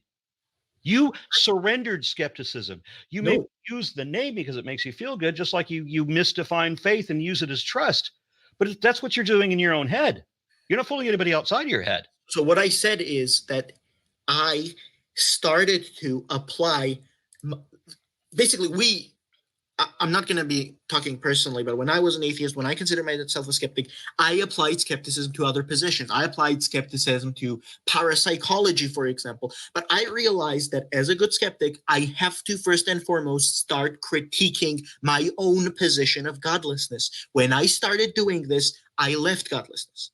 Okay, that's a great point to start from, even though we should have started with this a long time ago. What was the thing? If you're applying skepticism, then you would have to go in the complete opposite direction that you did. So looking for the truth of your position, what did you find? First point that was right there is, of course, saying goodbye to this form of very hard atheism. Right? Why? Skepticism does not ever imply saying skepticism requires saying goodbye to faith. Because if you ever want to find the truth about anything, the first thing you have to do is give up faith. The way you define faith, I don't use that. I use faith. I know, you use it wrong. You use it as truth. You use it as trust. Mm-hmm. But we know that faith is a belief that is not based on scientific evidence, meaning that if you applied faith, then you would limit yourself to scientific evidence. You didn't. Look up the term faith in Wikipedia. The first thing that comes up from every possible source, including pistis, Greek, Koine Greek, from a couple of different scholars on the subject. I'm done looking up the word faith every possible way to show that I'm right again. Yes. Oxford Living Dictionaries defines it as a confidence or trust in a person, thing, or a concept. That is the definition I accept. When I said, my summary definition includes the word complete. So there we have confidence. Okay. Yes. That, I that's have a all. whole lot more if you'd like me to cite them, because we can play in the dictionary all damn day. And I can go not just from the dictionary, but also the scriptures, and not just from your scriptures, but from a whole bunch of different scriptures. Because Hindu belief and Muslim belief all use the same definition of faith that I do, and your Bible does. Jesus has a good parable about building the house on a firm foundation. You're familiar with this, right? I think it's at the end of Matthew. Yes, and that's the biggest problem I have with religion, is it doesn't do that. There you go. What I accept as a Catholic is that we build a foundation, that the foundation can be tested. And if the foundation, this is the genius of William Lane Craig, if the premises are true. Of William Lane Craig, Yeah, the sorry. genius of idiocy. I see. I was going to cite him. Back on that for a moment. I'm going to bring up dictionary.com. Confident belief in the truth, value, or trustworthiness of a person, idea, or thing Yes. that does not rest on logical proof or material evidence. Would you like the next one?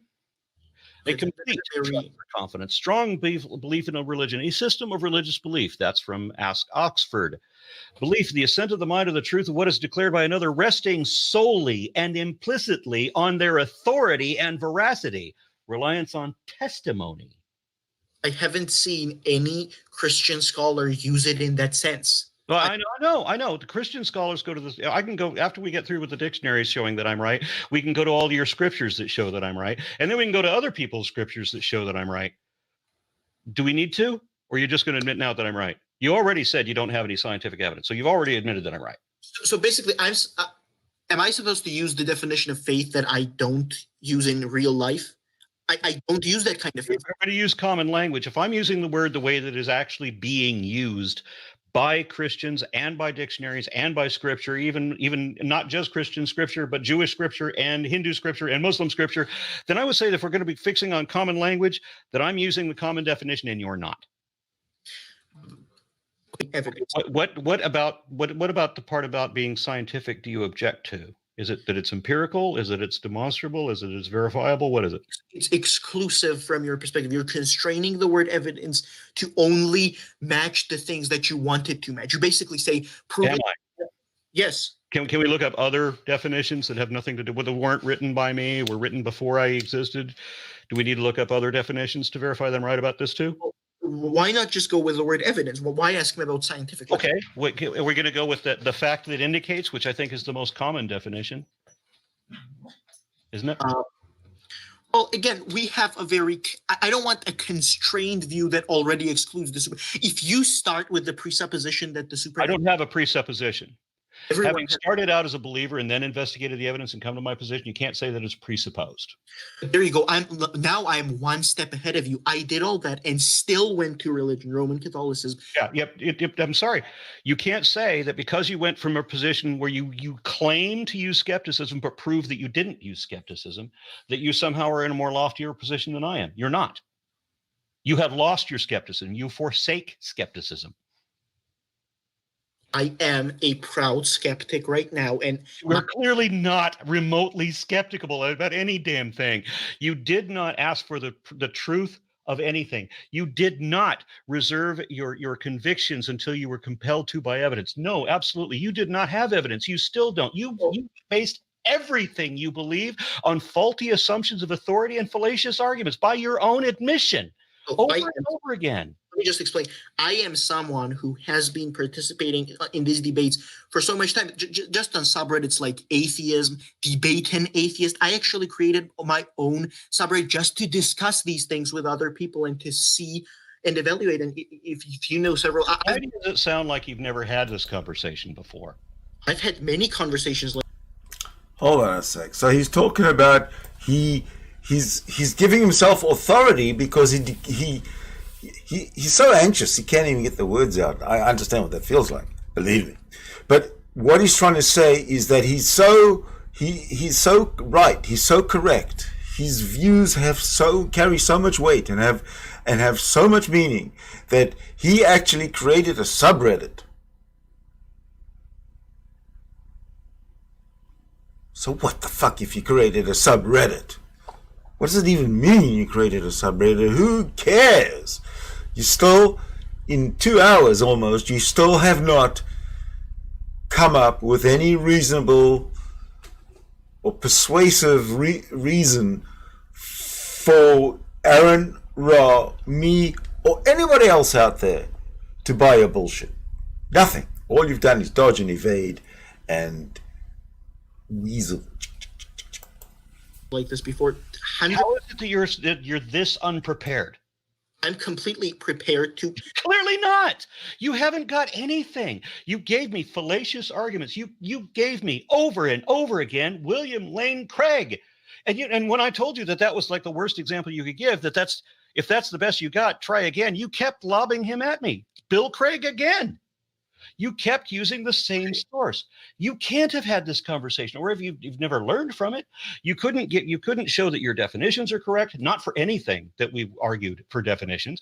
You have no evidence to back you up. All you have are arguments. All the arguments you cite are fallacious, and you still have not given me a reason why you should have ever adopted the belief in God, much less the Christian God, and certainly not the Catholic God. And how could you ever have adopted the belief that the Bible is true when we know for certain that it's not? Yeah, well, you can do this against any position, right? I mean, No, I can't. Yeah, you can. I could, like. There are people watching this right now who already know how to challenge me on other things. Maybe there are scholars in this, in history, for example. I know the historians are very good at this. So they will fill me bullet holes, figuratively, over anything that I've gotten wrong, and I will have no defense, probably. If in fact that they're right, and there's no way that I can argue the position the way I'm arguing it with you. It's the difference is they will be able to show, if they're going to challenge me at all, then they're going to be able to show the things that prove that I'm wrong, and you can't. They can, you can't. I can't do this with just any position. I can do it with your position because it's not skeptical. Do you accept anti-skepticism? You accept for a second. I've obviously followed your lead, right? You kind of initiated more, and I've listened. Can I now, for a second, turn it the other way, where I kind of initiate the questioning and you are the one answering, right? Have at it. Yeah. So you accept. Let's for a second concede that the universe is all that exists. Hold on. This is taking a turn now. So. Canadian Catholic has now taken over the role of interviewer. Does that imply, because it certainly does to me, that Canadian Catholic is bowing out of the conversation, is admitting his defeat, is trying to not admit his defeat, but yet imply that he's been defeated by saying, okay, you've asked your questions, let me ask mine. Let's see what happens. Let's call it cosmos. This isn't. My problem is this. Let's accept for a second what we have. We have something, a force, or whatever you want to call it, that has always existed. Its very nature is to exist. We don't know what it means for the cosmos not to exist, right? And cosmos is able to produce. I think what he's talking about that has always existed is something called reality. Okay, reality is, period. It is. That's what you're talking about. Now, I don't know how many ways you're going to twist this necessary reality, but I'm very interested to find out. Parts of itself, we're parts of the universe, and make them conscious. My question, and these conscious parts of the universe are. By make them conscious, we're just allowing that's an emergent process that's happening. Sure. Intent or design. Sure, you could say that. Okay, but it has the ability to produce parts of itself that are conscious. If it's an emergent process, then I wouldn't say that the cosmos has that ability. But I grant the premise that you're going for. I can see where you're headed. Okay, sure. My question then becomes, what would stop you from calling that force God? What? What would stop you from calling it God and basically becoming a pantheist? Because it's not. It has no intent. First off, It has no anthropogenic qualities. Wait. Parts of itself have intent. It has no supernatural abilities. Wait, just a second. It is capable of producing parts of itself that... But it's not, because we were talking about this as being an emergent process, which means that we don't have to have anything capable of doing anything. It's emergent, so it's from the bottom up, not from the top down. What you're talking about is a top-down orchestration, like an administration, but emergence comes from the bottom up without an administrator. It happens within the universe, right? Right, which is why I could not call it God. Bingo! I think right there, Christianity is crushed. Canadian Catholic, you better look for another position, because you are crushed as well. I'm pretty much, this pretty much kills the whole theological position for me. For you too, perhaps. But there is no doubt that what Aron Ra has done to Canadian Catholic is nothing short of total destruction of a dogma, of a doctrine. Kudos to Aron Ra for this. If a force has parts of itself... It's not a force. Okay. It's emergent. Exactly. If the emergence has qualifications... It doesn't. It's just patterns that are evident from a backed up perspective. If you wouldn't see it if you're up close, right? It's like, how do I phrase it? It's like all the birds turning together in a cloud formation. The birds are not aware that there's this formation that other people see, and everything that you look at on a molecular scale is going to have numbers that are off the chart. So from our perspective. So people like count how many atoms are in any item, and they're going to be very impressed with that. Are you familiar with the concept of the argument of beauty from beauty, basically? Are we talking about looking at the sunset? No, not that kind. Did I hear you say correctly? You said argument from beauty? Yes. Okay, then I'm not familiar with that. Okay, sure. Basically, what my point is, do you accept that beauty objectively exists? No. So you don't accept that even beauty exists? Do you accept that heavy metal is the best music? Obviously, an appreciation of beauty is going to be subjective. Okay, so does a perfect circle exist? Yes. So you're saying that certain things exist regardless of being observed? What do you mean regardless of being observed? We can observe a perfect circle. So concepts like concept number 7 exists in the universe before we invented language for it, right? No. You don't accept that number 7 exists? Sets of 7 existed, but the concept of 7 didn't exist until we conceived of the concept. Okay, so this is my form. Well, not necessarily my form, but this is how, basically, this is the argument from some teleological argument, but bit adjusted. What else would you expect had the divine existed? We have, please don't, I'll just list it down. We have intelligent concepts like mathematics. We have people who report communication with the divine. The only conscious species that we know of innately has desire to connect with the divine. Except that that's not like like what you're describing at all. First of all, as you said, you accept that we've been here for, that humans in our current anatomical state have been here for 250,000 years. I'll accept that. Okay. And that the diminution of our jaws, for example, require that we have forced us into a situation where we have impacted wisdom teeth, 85% likely to become malaligned and leading to morbidity and possibly infection. And we have a whole lot of people who have over that 250,000 years died from impacted wisdom teeth. And there was nobody who had invented pliers until just a few centuries ago. And nobody had invented anesthesia until like 100 years ago. So let's just think about the injustice of humanity being abandoned by their God under these ridiculous circumstances all this time. Let's talk about the fact that we have everything aligning, all of the data that we get, the preponderance of data to show that there is no damn God. And there is the absolute butt kiss of anything implying that there is. All we have is, because we are a social animal, we understand that if we go wandering around and doing stupid things, somebody might see us.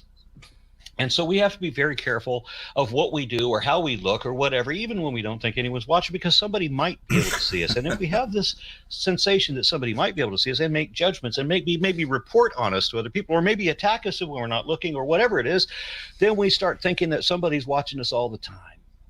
And then we come up with the idea that not only is somebody watching us all the time and being terribly interested in watching us all the time, but they also somehow know what we think. Ooh, that's horrible. Now, Yes. people all over the planet think that these are your dead relatives, or this is your spirit totem or whatever, or your God, whatever these people want to make up. Yes, we have this propensity as a side effect from being the type of social primate that we are inclined to think that somebody's always watching our every move and terribly interested in everything that we do or think. That does not imply that your God is actually real. Everything in reality implies that your God is not real. Yes. What you listed basically was, I guess, a modified form of... Okay, the thing to do here, Canadian Catholic, is to say, thank you very much for a lovely conversation. I had absolutely nothing to come back at you with whatsoever. You refuted every one of my points. I am no longer a Catholic. I'm very confused. I obviously never was an atheist, but now you've got me thinking. That's what the honorable thing would be to do right now. But let's see what you do. Some sort of theodicy, which again would be compatible with our concept of original sin. You're no doubt familiar with that concept. There's no original sin. Well, okay. He's still trying. I know. I agree. I believe in mythology. I understand what you're saying, but there is no original sin. You disagree, but there isn't. Doesn't matter. You think that there was an Adam, there wasn't. Period. You think that doesn't matter. You believe things that are not true. Disagree, but that's still a fact. Well, I think he should have taken my advice up until when I gave it just a few seconds ago. Let's see. She's getting very dangerous. Dangerous waters for you, Canadian Catholic. This is Aron Ra you're up against. He knows his shit. my initial question was, what else? Like, if you see these patterns that are here objectively, right? You have logical things. Like, let's take, for example, natural selection. It's something that can be logically studied. It can be made sense of.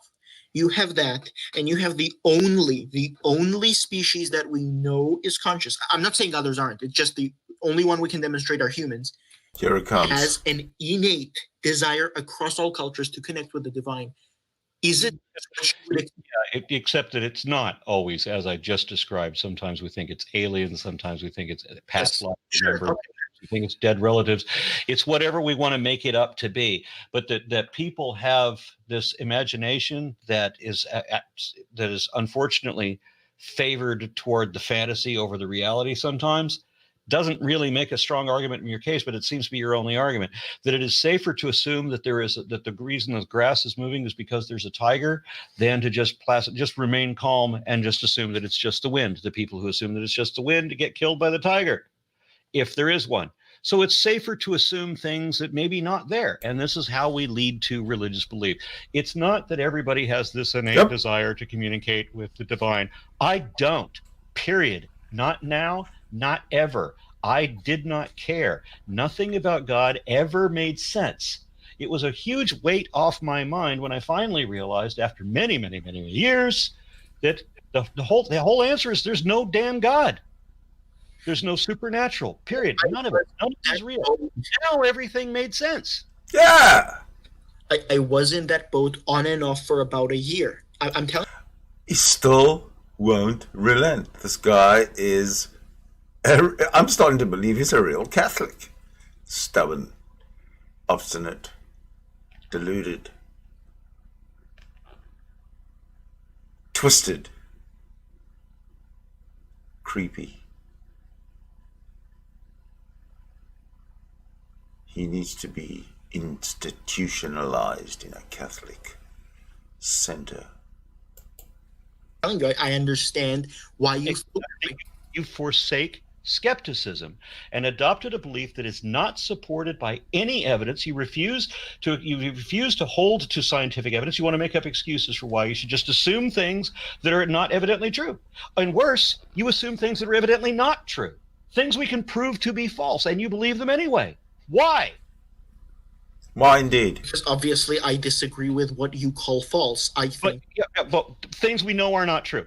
You will call it colorful language if all the names are wrong and all the numbers are wrong and all the details are wrong, but that somebody somewhere had a boat, then somehow that makes the story justified. No, that makes the story wrong. That makes the story misleading. Mm-hmm. Misleading as you define it. Misleading as in everybody in the planet now thinks that Adam exists. You have been misled to think that there was an Adam. You have been misled. Yes, he Your has. book is universally misleading. It misled you. Well, Adam is a saint in the Catholic Church. Character everywhere. You believe something that is not evidently true, that is evidently not true. You believe Yes. things that we can prove are false. Like Adam was a saint in the Catholic Church. Who did he mention earlier? Well, Noah was a saint. Anybody who's mentioned in the Bible is a saint. So he's come back to Aron Ra when he mentioned that Adam didn't exist. Adam is a saint in the Catholic Church. You see, I'm telling you, it's about the church. It's got nothing to do with God as a concept, as a reality. It's about this church thing. There's something very deep going on in the psyche of the Catholic way of life. There was no Adam. Even other Christians know this if they're scholar in science. Like Francis Collins, for example, director of the Human Genome Project, can give data showing that we know there was no Adam and Eve. Period. Well, yes, I accept that. I accept that evolution. I accept human evolution. I'm not saying that Adam. You accept human evolution. I think that's consistent with what a pope said a couple of popes ago. Literally was a human, first human. I'm just saying Adam as a historical. There is a historical core behind. No, there's not. There's no historical core behind Adam and Eve. Right. Adam and Eve, to the best of my understanding, Adam is taken from a couple of different legends that have nothing to do with your God at all, and Eve similarly came from another similar one, which again had nothing to do with your God. And the recognizable details come from polytheism, and then they were adapted to your mythos, and then they changed the names of the characters. Colorful language, if you want to call it that. Lies is what I would rather call it.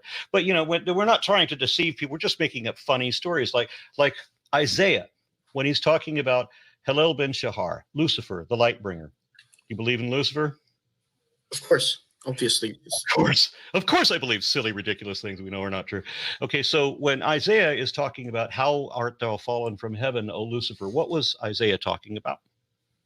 Referring to a primordial event in the kingdom of God.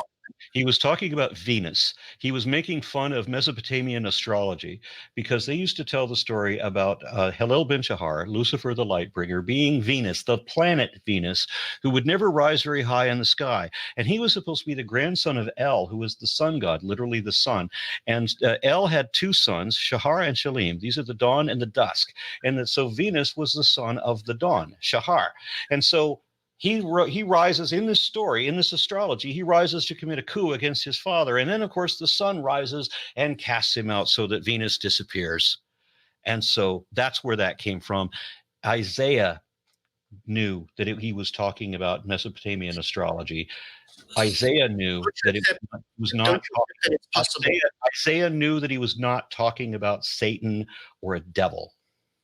Don't you accept that it is possible to, again, use adapted language from other cultures to talk about our religion? That's what I'm talking about. Is it possible to do that in some other instance? Yes. In this one, no. Well, Isaiah is about the enemy of God. Isaiah wrote this from a different perspective than you're reading it. That's it. That's all. Isaiah was not talking about your Satan. Period. So you believe a whole lot of things that have no justification, neither evidential nor logical, not in any sense rational, and yet you're claiming to be a skeptic. Why?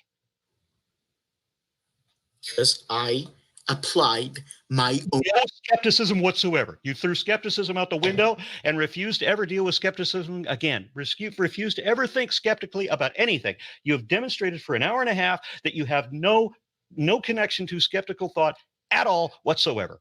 You haven't said a single thing in this whole conversation that says that you even know what skepticism is. What the hell? You just decided to start believing things for no reason. That's not skeptical. You said that the first thing you wanted to do as an act of your skepticism was to say goodbye to atheism. Wrong. You don't choose to change your mind about whatever your position is as a skeptic. You can challenge it, but then you have to show facts, data, empirical, scientific evidence, something that will actually endorse your position. You don't have that. You've failed every request to produce it. Skepticism, when properly applied, will invariably point away from godlessness. Now, I'm not saying skepticism, when properly applied, will invariably point away from God, but away from believing things that are not evidently true. It will not point to believing things that are not true. Let's take a look at people like you're familiar with William Lane Craig, Lee Strobel. These are some of the. Do not bring up Lee Strobel. I mean, seriously, if you're going to step down from Bill Craig to Lee Strobel, why not jump straight over to Kent Hovind? Let's see how far down you can go. Lee Strobel, seriously? Well, an atheist. Were you like an atheist for like a whole minute? You don't know better than to cite Lee Strobel? Well, the guy who wants to pretend that he used a skeptical approach when actually all he did was interview a whole bunch of believers about how they believe. Not one skeptic is involved in that whole series of interviews because he's not a skeptic, and neither are you. You never gave one skeptical reason that could have directed your position. Nothing.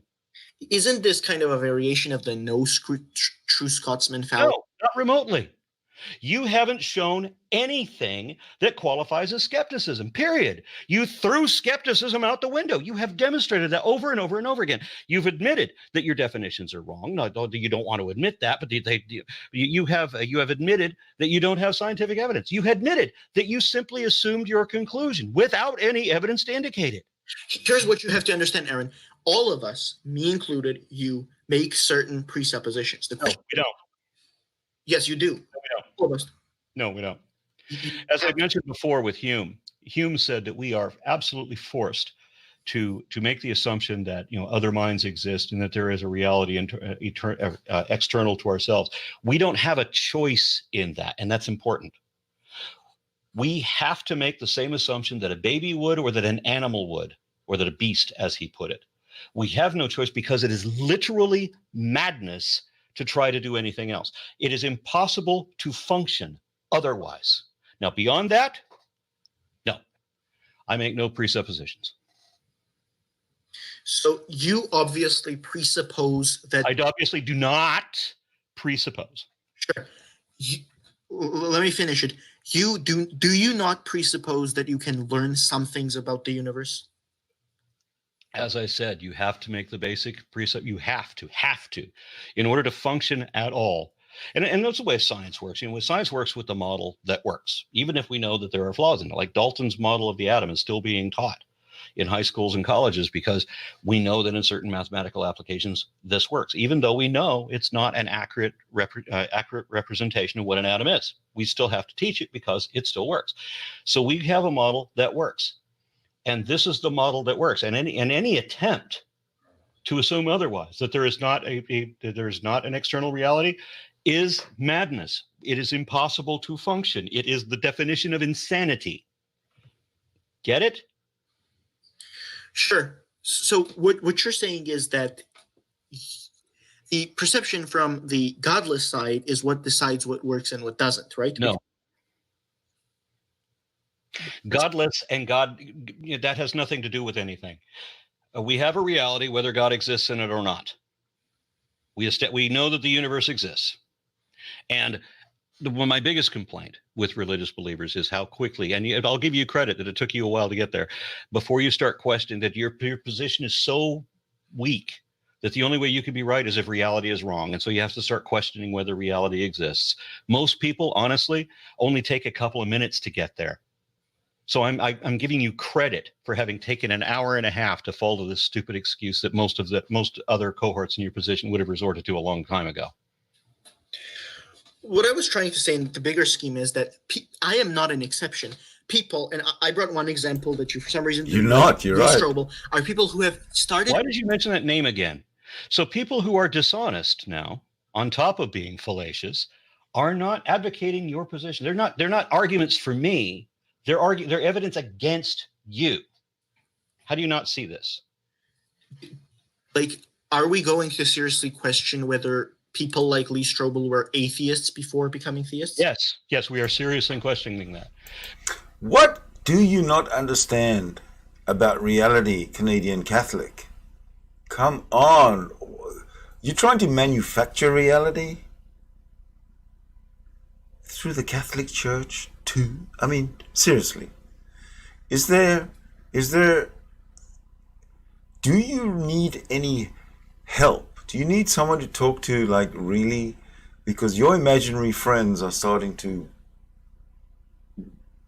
live in your head, and they must owe a lot of rent.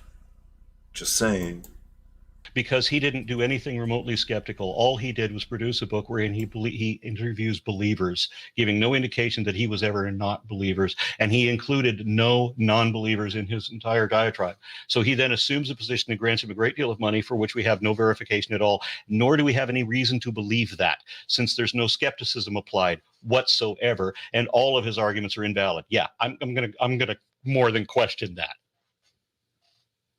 So do you accept that there are people who were formerly atheists who applied skepticism and then left atheism? No. So I've interviewed a handful of former atheists, people who I could verify were atheists, sometimes even atheist activists, and have gone back. But the surprising thing is, and I think I mentioned this in the email when you first contacted me, is that when I talked to people who were actually former atheists and they went back to religious beliefs, their reasons for going back to belief are actually worse than the excuses given by people who were always raised in that religion. When an atheist goes back to religion, the answer is less valid. There's never been a good one. I can give you the list of bullshit excuses that I've been given. Yours, honestly, may take the cake at this point. I mean, the only one that I had worse than you was some other guy who had a respectable PhD and had a good background, respectable science and everything. I like the guy. There's just the one tiny problem was he said he just started believing because he wanted to. He wanted to believe that. Why? No reason. It's just an emotional thing. He just wanted to start believing it. Essentially, that's what you're telling me too. You just. I think absolutely. This is what is coming across to me as well. He just wants to believe. End of story. Not admitting the detail about that you believe this because you want to. You tell me that you had evidence. Turns out you don't. You said that you have. I don't know. You got arguments, only fallacious arguments, and now from known liars as well. That's the best you've got to go on. Why are we even having this conversation? He said he has the preponderances. Remember, preponderances, and science is only a part of the preponderance. Remember, he said that earlier. Makes no sense. Well, that's a good question. Yeah, well, I try to present the perspective of someone who had, because when I was what I call an inner circle atheist, is that there is a stereotype that once you become an atheist, you can't leave, you can't become an. That's what I challenge. Bullshit. You can apply skepticism, and let me just correct you because I've interviewed a handful of people.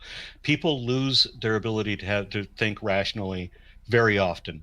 I've seen a handful of people make very irrational decisions to pretend to believe things they know are not true, or to just make believe things until they do believe it's true. Fake it till you make it. Lie to yourself until you believe your own lies. That's the course you're on. It's not remotely like skepticism. I'm challenging that whole idea. You're not. You're confirming it. What I'm trying to tell atheists like yourself, again, you're someone I respect, because even as a Catholic, I still accept theistic evolution in large part thanks to your series, right? Now you're just being a hypocrite. You can't be a creationist and an evolutionist. They don't fit.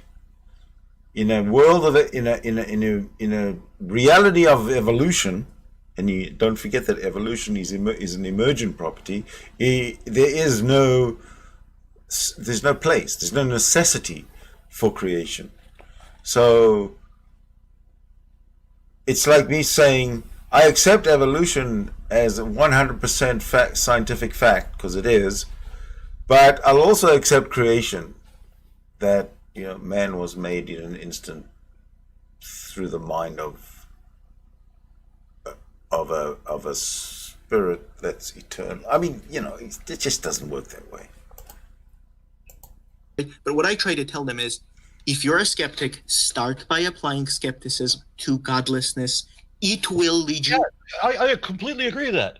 Apply skepticism to godlessness. Mm-hmm. So you go to try to find, how would you prove it wrong if it is? And that means you're going to have to base everything on empirical evidence.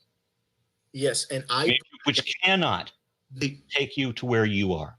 What we have in the universe is consistent with the divine. Atheism is consistent with atheism. There is nothing remotely indicative of the divine. There's not a divine. There just isn't one. You had to assume that. There is no evidence to indicate it. You have fallacious arguments from known liars, but that's about all you've got. And I think we've hashed this out enough times. Yeah. Now, when we can get off this, and you can go pat yourself on the back and say you're a great skeptic, and you can continue to lie to yourself like you have done to get you into your religion. But that's all it's going to be. Yeah. You have demonstrated no skepticism at all, nor could skepticism get you to where you are. I think at the end, it still was a respectful conversation and everything, right? Regardless of if we disagree. I'm glad that you think so.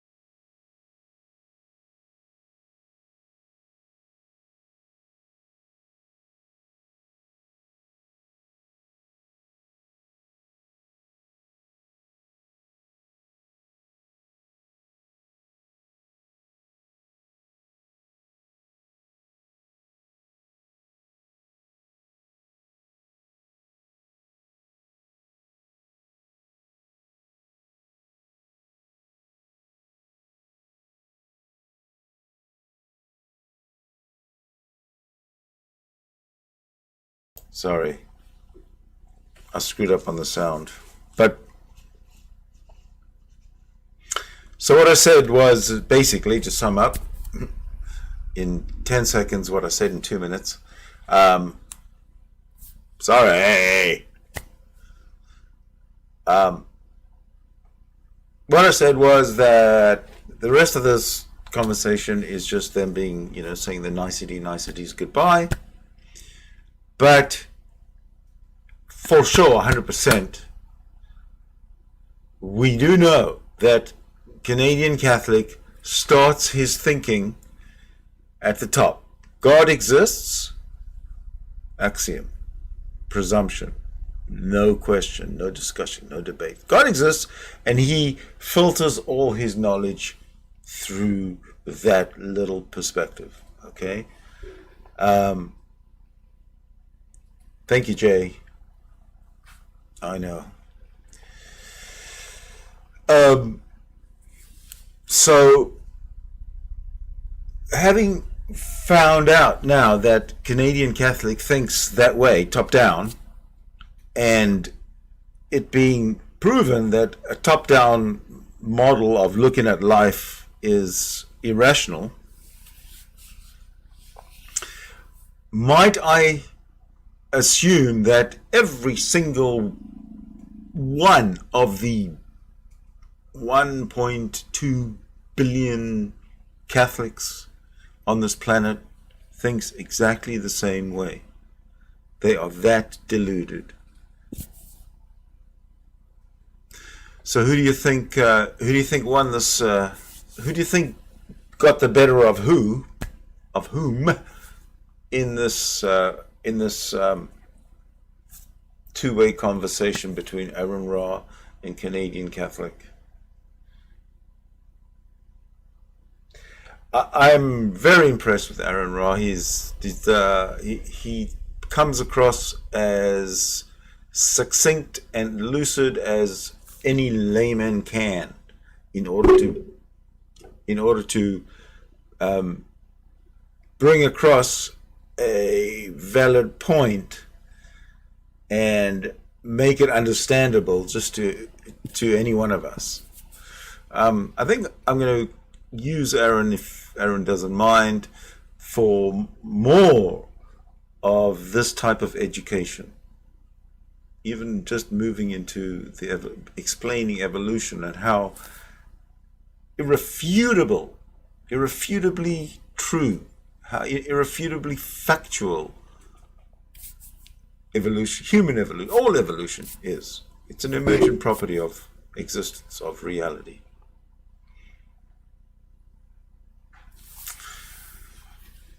It's Saturday night, so it's Saturday evening here on the West Coast, and a live meet might be